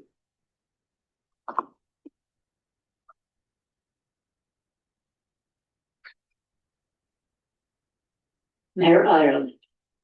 Thank you, Deputy Mayor Waxer. I see no answer to questions. I'm prepared to defer if there are, but otherwise I'm quite happy to make the motion that committee recommend council authorize the write-off of $10,802.15 for property tax receivable for roll 500,000 of the provincial building. Speaking to the motion, I am delighted that this will be the last year that we've had to do this.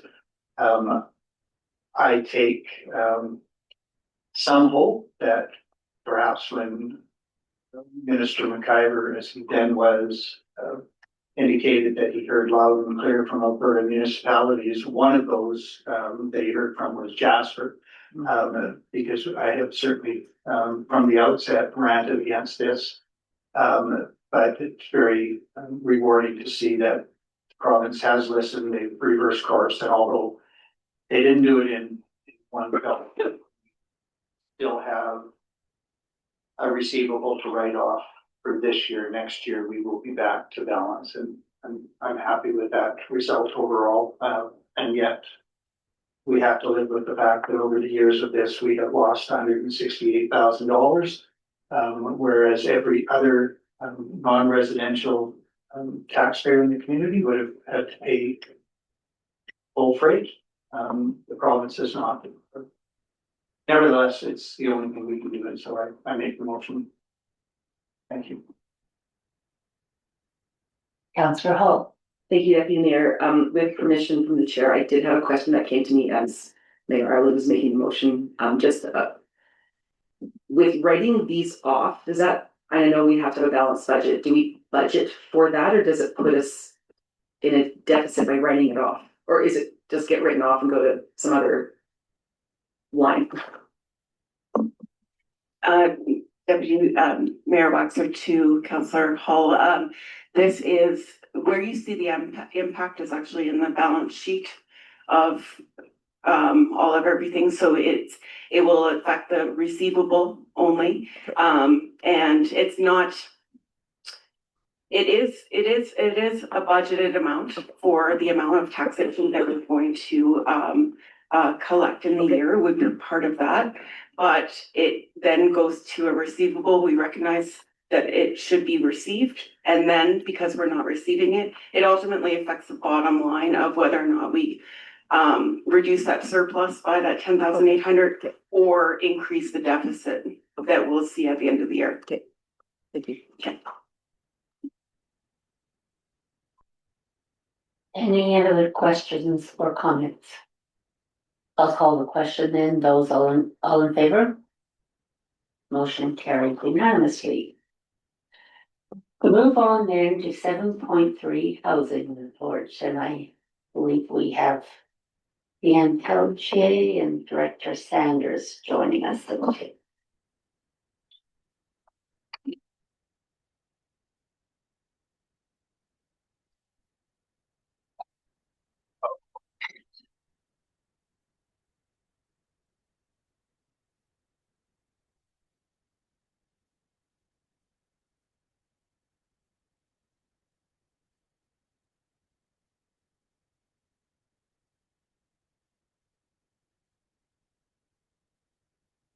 Good morning, committee. Okay, perfect.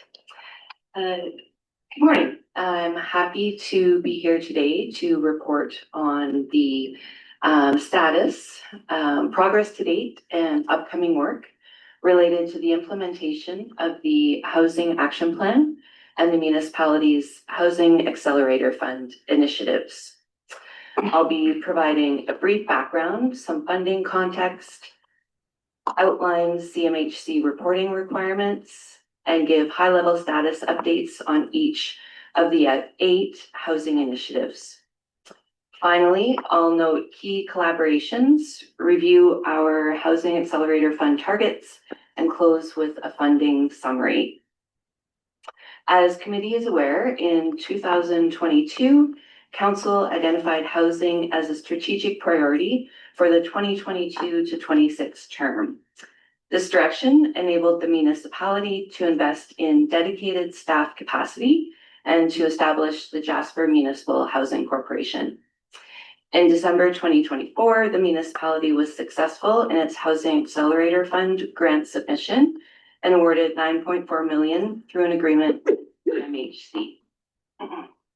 In March 2025, Council endorsed the Jasper Housing Action Plan, which outlines 8 core initiatives that align with Housing Accelerator Fund requirements. Earlier this month, in January 26, administration filed Jasper's first annual HAF report with CMHC, marking a key milestone in program accountability and compliance. The Housing Accelerator Fund, or HAF, is federal funding issued through the Canada Mortgage and Housing Corporation. The HAF grant awarded to Jasper is $9.4 million. There are 4 disbursements of funds over the course of the 3-year program. It is important to understand that as a recipient of HAF funding, we are obligated to complete initiatives and milestones contained in the grant agreement. HAF funding is performance-based and tied to those specific initiatives along with housing target outcomes. CMHC can withhold or clawback funding as a result of insufficient reporting, incomplete programming, or failure to meet housing targets.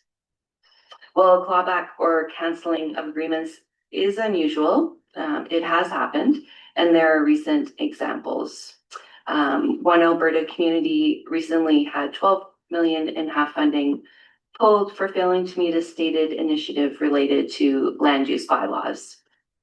To address this risk, administration closely monitors program progress and reporting requirements to ensure compliance. The HAF funding structure is supported by regular reporting requirements set by CMHC. That is biannual reporting, including capital project updates, building permit data, use of HAF funds, and progress against Each initiatives require timelines and milestones. Housing outcome data such as net new units, affordable units, and progress towards supply targets is also required. The Jasper annual half reporting was completed and submitted earlier this month. CMHC reviews annual reporting to ensure reporting requirements and the performance-based targets are satisfied before releasing the next installment of half funding. The Housing Action Plan includes 8 initiatives, 6 directly tied to half funding and reporting obligations, and 2 that are not. The initiatives focus on regulatory reform, development incentives, improved permitting processes, monitoring housing need, and community engagement.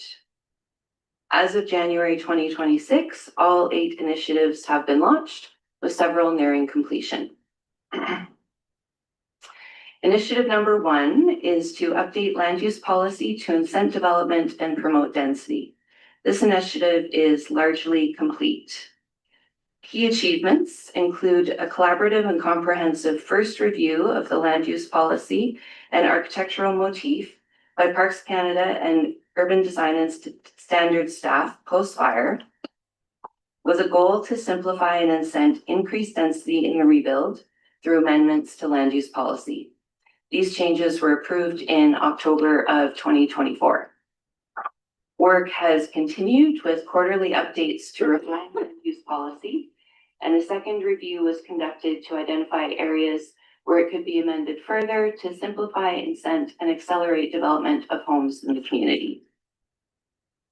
Following the second review, UDS staff developed 15 land use policy recommendations that reflected the intent of the HAF initiative, that is, increased density and accelerated development, and conducted 13 public engagement sessions over 3 months in the summer of 2025 to gather public input on the recommended amendments.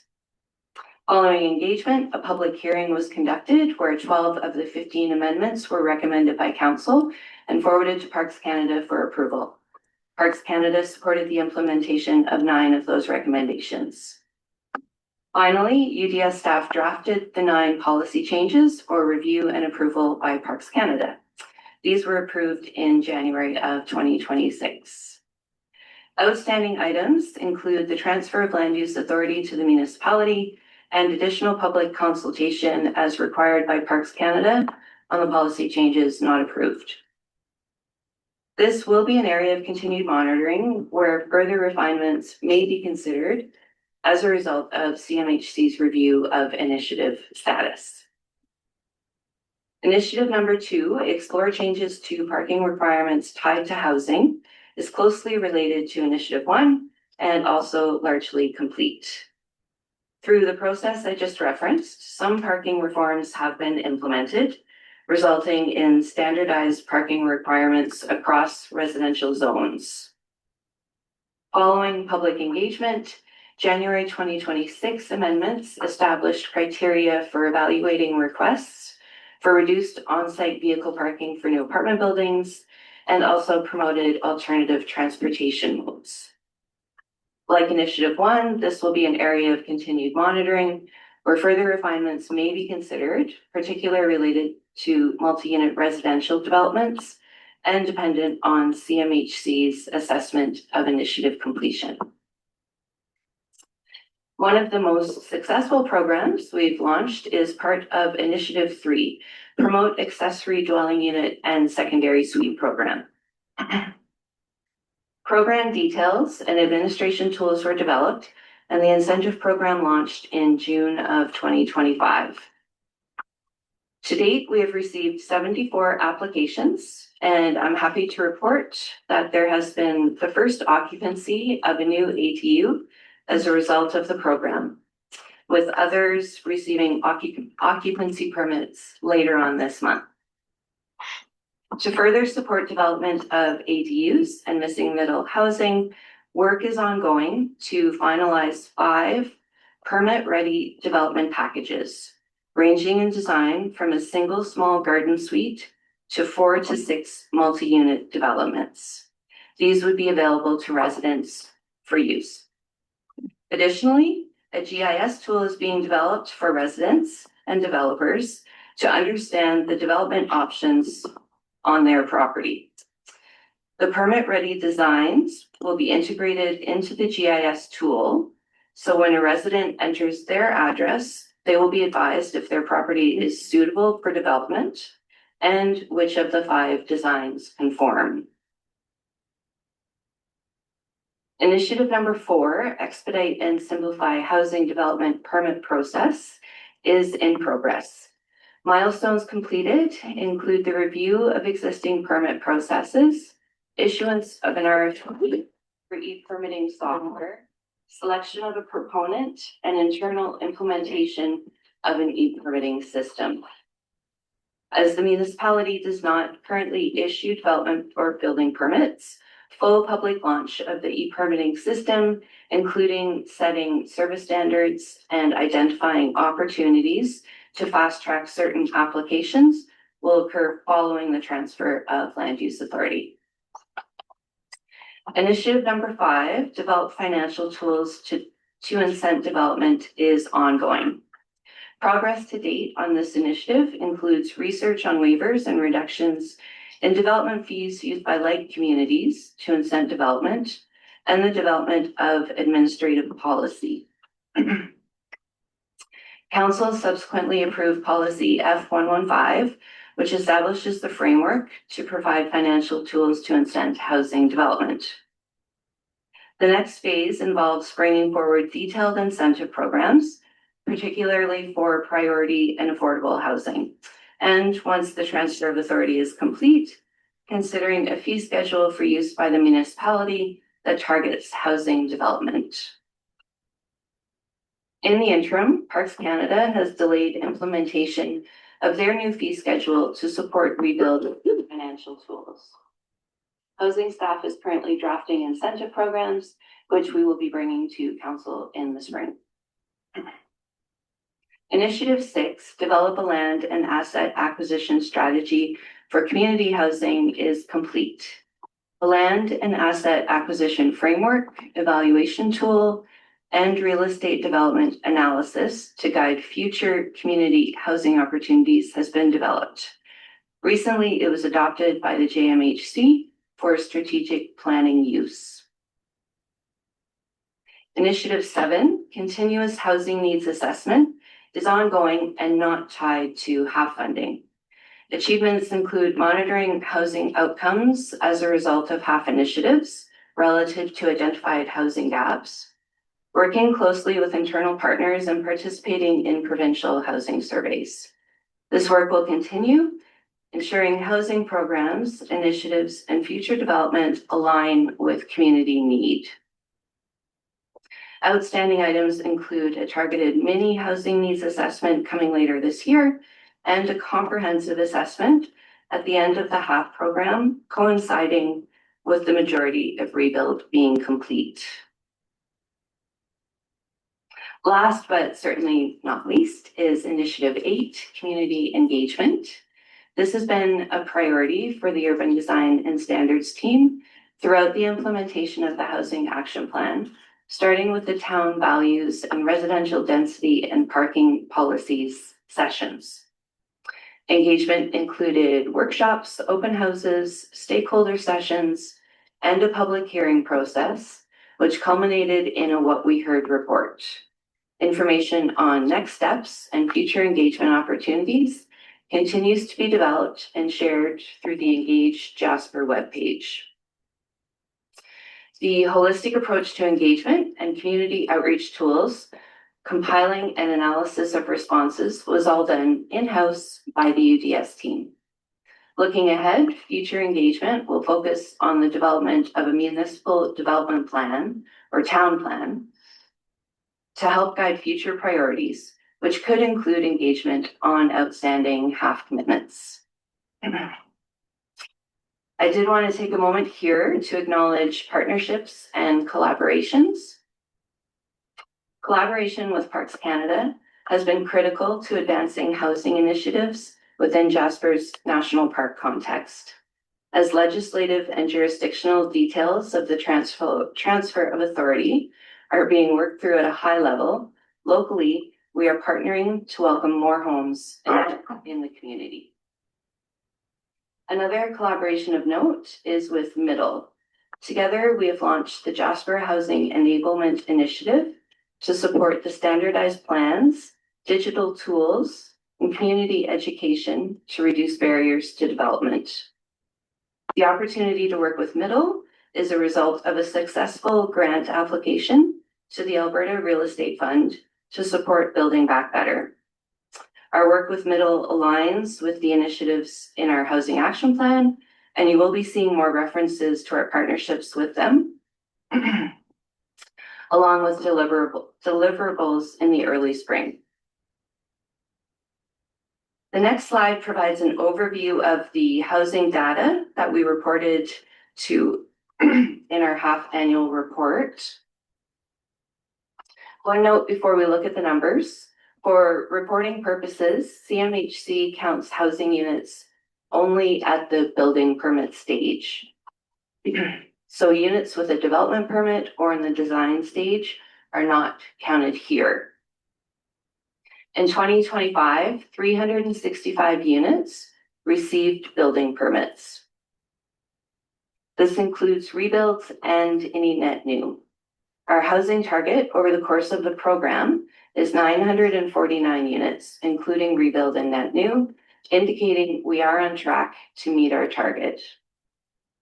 Of the 365 units issued a BP in 2025, 195 units did not exist pre-fire.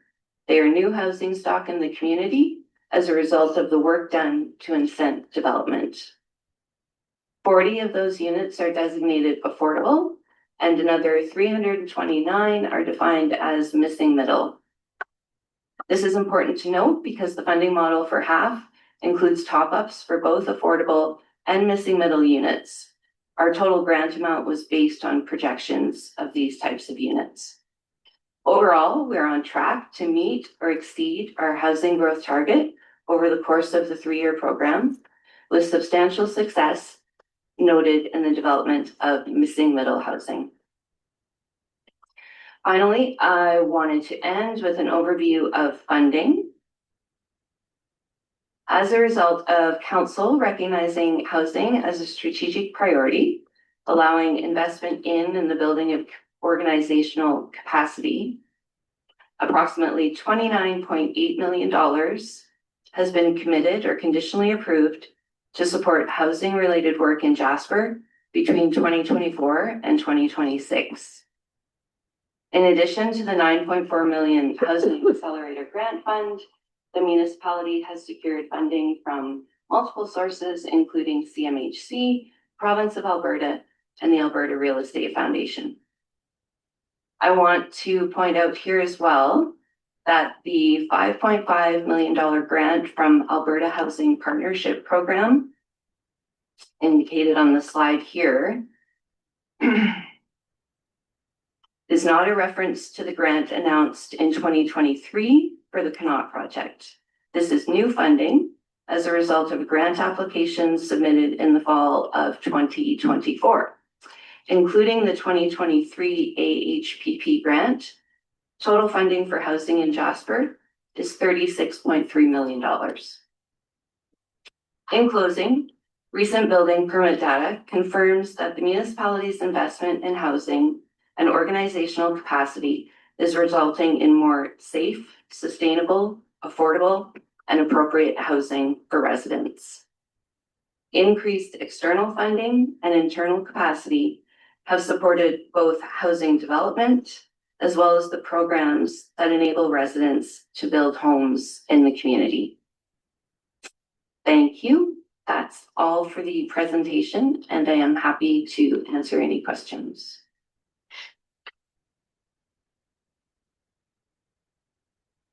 Thank you so much, Ms. Peltier, and I'm looking for Councillor Roger. Thank you, Deputy Mayor Waxer, and to you to Belgian. The question I got is regarding these 8 initiatives. Once they're complete, is that good for the next number of years, like 10 years or something, or do we have to keep up all the time with them? Thank you, Deputy Mayor Waxer, through to Councillor Roger. Reporting for half funding only occurs for the 3 years. Once that 3 years is done, then Then there's no requirement to report on the CMHC Housing Accelerator Fund initiatives to CMHC. Okay. And the intent of the half is that it's the accelerator fund, so they would expect us to be done and complete with those initiatives within that 3-year term. Okay, so all the people that are working on that, once their job is done, we're good. Don't have to. We're not required to keep on for future things that are going to come forward, you think? More initiatives, or is it pretty much this is a one-time thing and that's it? Hard to know, I guess.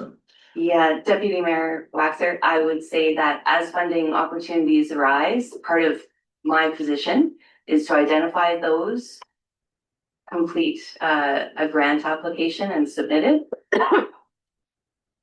It is completely up to the grant provider if we are successful. Thank you. Councillor Melnick.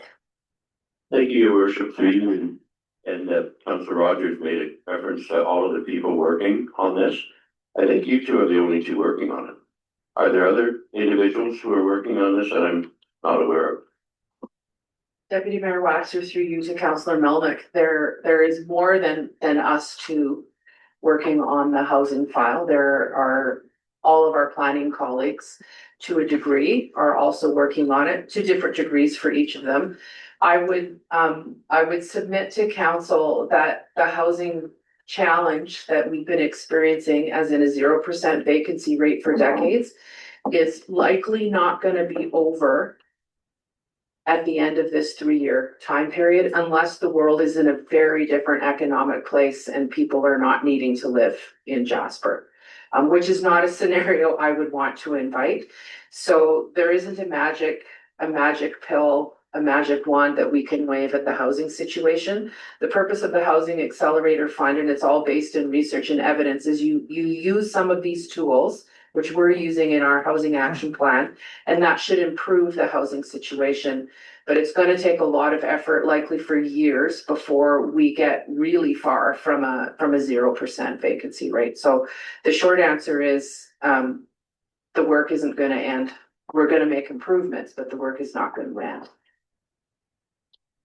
CEO Given. Yeah, Deputy Mayor Waxer, and thanks, just really to compliment and maybe, come in and put a fine point on it. Councillor Roger had asked a question about, I think your question was really about what ongoing obligation do we have under the the Housing Accelerator Fund? The answer to that is our obligations under that $9.5 million of funding and at the end of the term of that 3-year term. So the bigger question is, I think what we're getting to is, what should the municipality's role be in housing into the future? And that's, I think that's the broader question, and certainly what Director Sanders is talking about, but to the very specifics of that particular funding source, as long as we meet the objectives that were identified in terms of the number of units that need to be stimulated or built within the time frame, we have no ongoing obligation. Thank you both for that explanation. I do want to clarify something regarding the CMHC Affordable Housing Fund $9.2 million loan. That loan is not part of municipal debt. It's actually debt that's supported within the Jasper Municipal Housing Corporation. So we have that loan, but it'll be within the corporation as opposed to the municipality. Yes, Deputy Mayor Waxer, through to Councillor Melnick. Yes, this I spoke to at a previous committee. This is funding for the Cannot below market housing project, and that would be borne by the Jasper Municipal Housing Corporation. Thank you. And again, on your last slide, we had the $5.5 million Alberta Housing Partnership Program grant identified, and you identified a 2023 grant. The 2023 grant is being used in the Connaught project. This additional 5.5 million would be for future development of, say, a second project. We already have advanced approval of that $5.5 million grant. Right, Deputy Mayor Waxer through to Councillor Melnick. That is correct. The original $6.3 million amount is being used to partially fund the current Connaught project. The 5.5 could fund a phase 2 of the Connaught project. It is to be used for the development of affordable housing units. Thank you. And I have one last question just for clarity. On one of the slides, and I think it's page 34, under the outstanding continuous assessment of housing needs, the term mini housing needs assessment through stakeholder engagement and community outreach. And the term mini is in italics. So I'd like to understand that a little bit more as to what, when we talk about mini housing, what that is. Sure. Thank you, Deputy Mayor Waxer, through to you, Councillor Melnick. In lieu of hiring a consultant, an outside source to come into town and conduct a housing needs assessment, we are looking to do some engagement, myself and the housing coordinator, with our identified stakeholders, perhaps a survey, a small survey. We're just recognizing that at this stage in time, it may be hard for people to fully understand the housing needs. Also, we have all been asked a lot of questions and completed a lot of surveys recently. So we just want to get a handle on where we are in Jasper, considering the impact of the fire. Where are we as these initiatives are rolling out? And then recognize that once the 3-year half reporting term is over and our initiatives are complete, that at that time, the hope is that most of the rebuild will be done. And that would be the appropriate time to do a very extensive housing needs assessment where we can gauge the success of the initiatives and determine the next direction.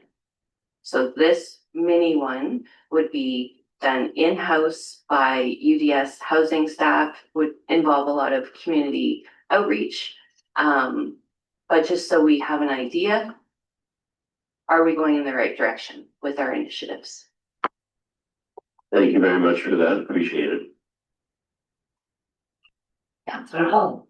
Thank you very much, Deputy Mayor Waxer, and I guess congratulations on this great report, especially a new post-fire build with a new ADU. That's very exciting. It almost is emotional. I think this hard work is paying off.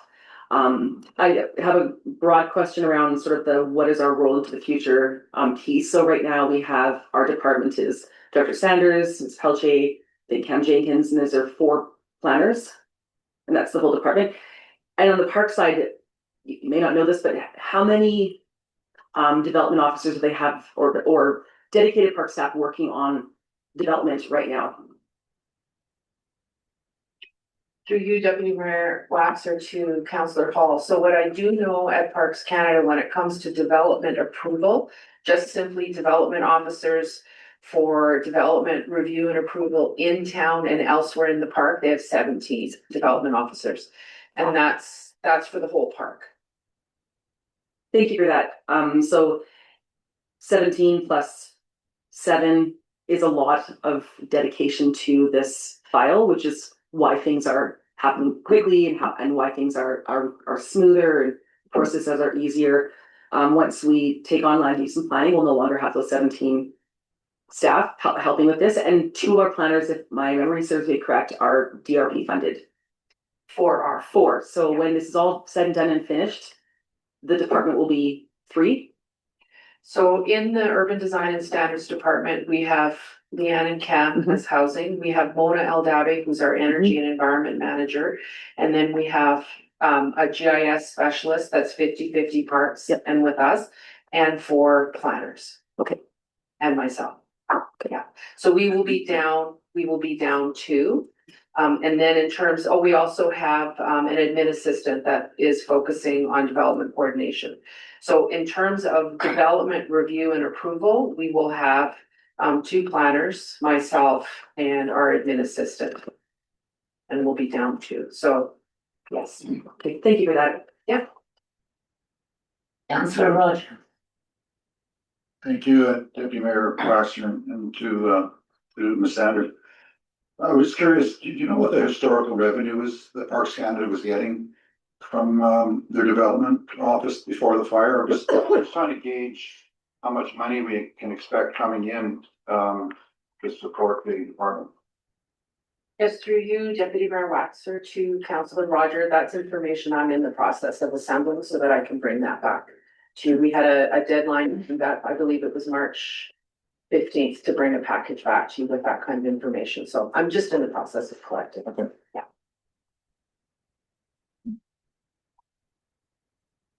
Councillor Hall. Thank you very much for that. And this may be a question to admit, or I feel like it's a question that we ask a lot, but more money to support this department will be in the way of reduced land taxes. Reduced land rent to Parks Canada. Is that correct? Like right now, we're not paying anything. Moving forward, when that comes back on, I would assume we would be paying less because we've taken on this piece. CEO Gibbon. Yeah, to be Mirage, I just want to step in, I'll respond to that, but I think it's important to make a distinction between urban design and standards, the department, which has three sub areas. The sub areas within urban design and standards are energy and environment, housing, Leanne and Cam. And I think we're calling it planning and development. Development planning, which has the four planners, and there's one admin support to support that whole department. So if you can kind of visualize the org structure, I know not everybody likes it when somebody waves their hands around trying to describe what they're saying, but if you can imagine the org structure, there's the urban design and standards department is comprised of those three sub areas. So the only people doing all the work on housing explicitly are Leanne and Cam, and they're supported by others in their department. And a lot of this half-funded work that we were required to do to get the grant money was supported by other pieces of the department. But the only housing staff, so the question earlier of, well, how many housing people would we need? Well, we only have two right now. So we just need to maintain that distinction in our minds, and administration will work to make sure that we name things better in the budget next time around. I think we have that discussion at budget time. With respect to the future of the municipality and our role in land use planning and development approvals, previous council had set a direction to work towards that. There is I think a general understanding and common agreement with Parks that if the municipality is taking on responsibilities, then the costs that we pay under land rent should be reduced. And Parks affirmed that in a letter of agreement just prior to the municipal election. They committed to modernizing the land rent approach, which is really a reflection of this idea of if the municipality is going to take on some service costs, then our amount that we pay to Parks should be reduced. If I may follow up, so hypothetically speaking, if we didn't have land use and planning, we'd probably still have an energy manager, and we'd probably still have two staff working in housing, because we'd still be moving forward with affordable, like below market housing. We'd still have those three staff if we didn't have land use and planning. Deputy Mayor Maxer for Council that yes, they're distinct services, and so if the municipality wanted to have Parks retain those functions of land use and planning authority, then subject to council decision making about what services you do and don't want to block, we probably continue. The energy and environment position existed before the urban design and standards department. And the housing manager position existed before the urban design and standards department. So if that maybe helps clarify things a little bit, those two positions came up before there was any consideration of municipality having a role in land use planning. I've chosen to incorporate them because there's a lot of connection between how you plan a community and what kind of housing you get. And energy environment, of course, is a layer across all of that. So, in terms of org structure, I chose to put those parts together. But some of those pieces within that department existed before the idea of municipality taking on land use planning was acted on by council. Thank you very much. Mayor Ireland. Thank you, Deputy Mayor Waxer, through you to Ms. Delche. Thank you for the report, and thank you in particular for your efforts to bring in more than $30 million to support housing in our community. Absolutely stupendous. I just had a question about the portion of that, the 30+ million that is conditional. And on page 3 of your report, under the financial section, there is a comment that the amounts to be dispersed are contingent on successful completion of initiatives and milestones. And what I'm curious about is whether there is any objective measure of what success looks like. Like how is this contingent on, say, the whim of somebody else to determine whether or not any of our initiatives have been successful? Thank you, Deputy Mayor Waxer, through to Mayor Ireland. There is very strenuous reporting required by CMHC.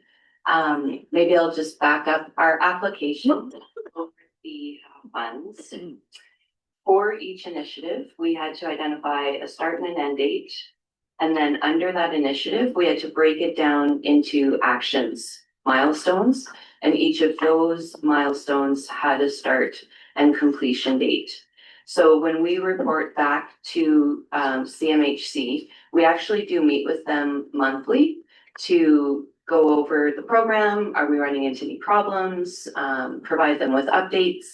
And then when we do the biannual reporting in July and January, we have to actually go into the portal and for each initiative, under each milestone, indicate whether that has been completed by the allotted time and provide some background. So the person assessing our measure of completeness would actually see, for example, Initiative 1 may have 9 milestones. And in the report that I just filed, and as you saw on the slide, there was 2 outstanding. So they can see the end date and it marked as completed. So they know that there's exactly 2 outstanding. So it is very measurable, which is great. It makes it great for us as the people doing the work to know where we stand. After that report is filed, they review all of that and then would advise us if they saw any issues with the status of one of the initiatives. All right, thank you for that. So it's measurable based on milestones that we articulated in the application and they approved. So there will be no surprises to us. If we meet the targets that we set, then we'll be fine. There won't be an opportunity for somebody else to subjectively say we didn't meet the targets. Correct. Thank you. And sorry, I will just note also that housing targets, number of units, number of affordable units, that is also something that they measure. So they would consider that in tandem with the status of the initiatives.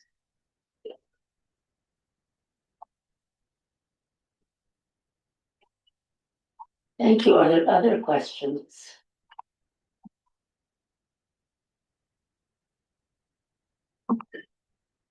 Maybe then we'll see if it's some, looks like Councillor Milliken. If there are no other questions, I would be ready to make a motion. Thank you. I make the motion that committee receive the housing action report or housing action plan / housing initiatives update for information. Any debate? I'll call the question. All in favor? Motion carried. We move on then to the motion action list. CAO given, you may want. Thanks very much, Deputy Mayor Waxer. So a few updates that administration is recommending. They're noted in the motion action list that's attached to the agenda. So I'll speak to those ones that we're proposing adjustments to. First is the Transbus RFP. We had a bit of a discussion about that request to the federal funder. We haven't yet heard back, and so obviously administration doesn't expect to be bringing anything to council in February. Even if we heard back tomorrow, there'd be a bit of a process that we go through to bring it back. So our recommendation would be to reset this for a March expectation. We'll keep you updated as things progress there. The Jasper Artist Guild lease item, administration recommends that this be deferred till April. Their lease doesn't run out until the end, in the middle of the year. Director Reed is already discussing with them about renewing that, and so that item will come back naturally. It doesn't need to be here in February, and given other work priorities and the fact that discussions are already started, we suggest it can come back in April. And then finally, the property and business tax policy. We had noted this for January. Administration does have a draft of that we're working on. But we are at the last committee meeting of January, so obviously we're not bringing it today. We think we'll be in a position to next month. So we recommend the change of that to February. And all of the rest of the points, we believe the status is still on track for. Any questions for CAO given? If not, is there a council willing to make the motion? Councillor Melnick. Thank you, Deputy Mayor Waxer. I would make the motion that the committee approve the updated motion action list as presented. All in favor? Motion carried. We now have councillor upcoming meetings. Councillor Hall. Thank you very much, Deputy Mayor Waxer. Here we go. This evening, I have a public library service branch board orientation. On Thursday with other council, I'll be taking part in an equity, diversity, and inclusion workshop. Friday, we have lunch with ATCO, we call it council. Next Tuesday morning is our first intergovernmental meeting of this term. And that's it for me.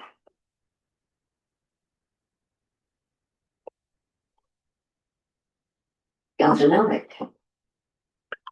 Thank you, Deputy Mayor Waxer. My apologies for my mumbling. I won't be attending the orientation this evening, but to Councillor Hall's mention about a number of other commitments, we'll be doing that.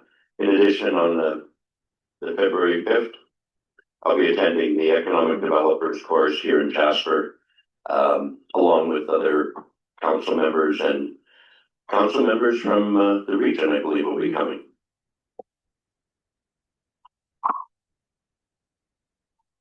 Mayor Ireland.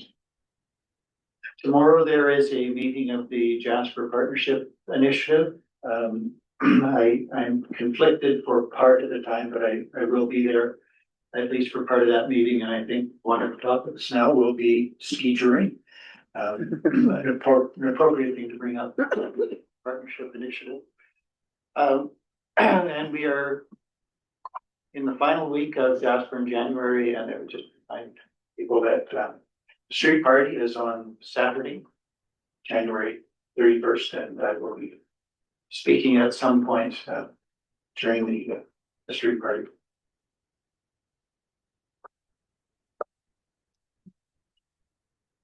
Anyone else? I will be tomorrow and Thursday attending the strategic planning session for the Family and Community Support Service Association of Alberta. And so will unfortunately be missing the equity and inclusion workshop. And also intend to attend the luncheon with ATCO on Friday.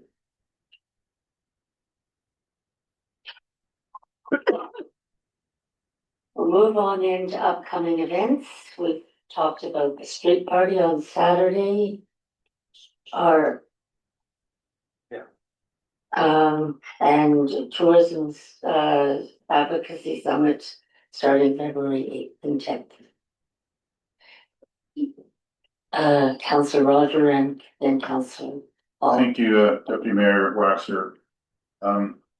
Mr. Constant asked me last week if we could switch the community conversations, me going to adults, him going to seniors. It's got some sort of sentimental value with his mother involved with seniors, and I have no objection to that, so I'm not sure if this is the spot to I'll tell you that or ask you to do that.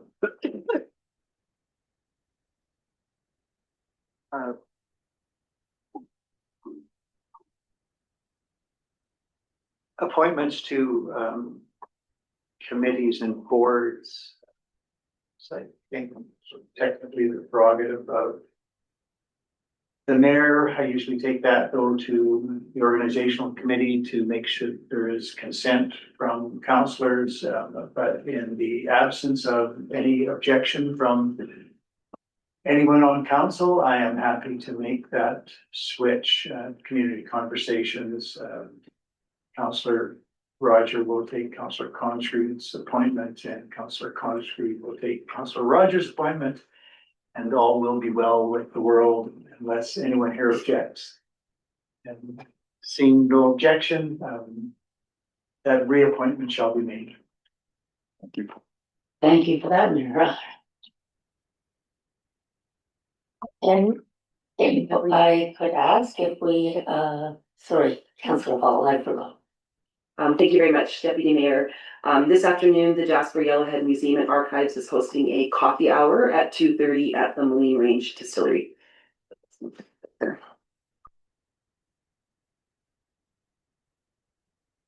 There's nothing more to be added, and hopefully we'll see you all at 2 p.m.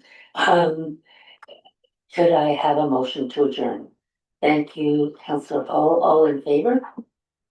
Motion carried. Meeting is adjourned.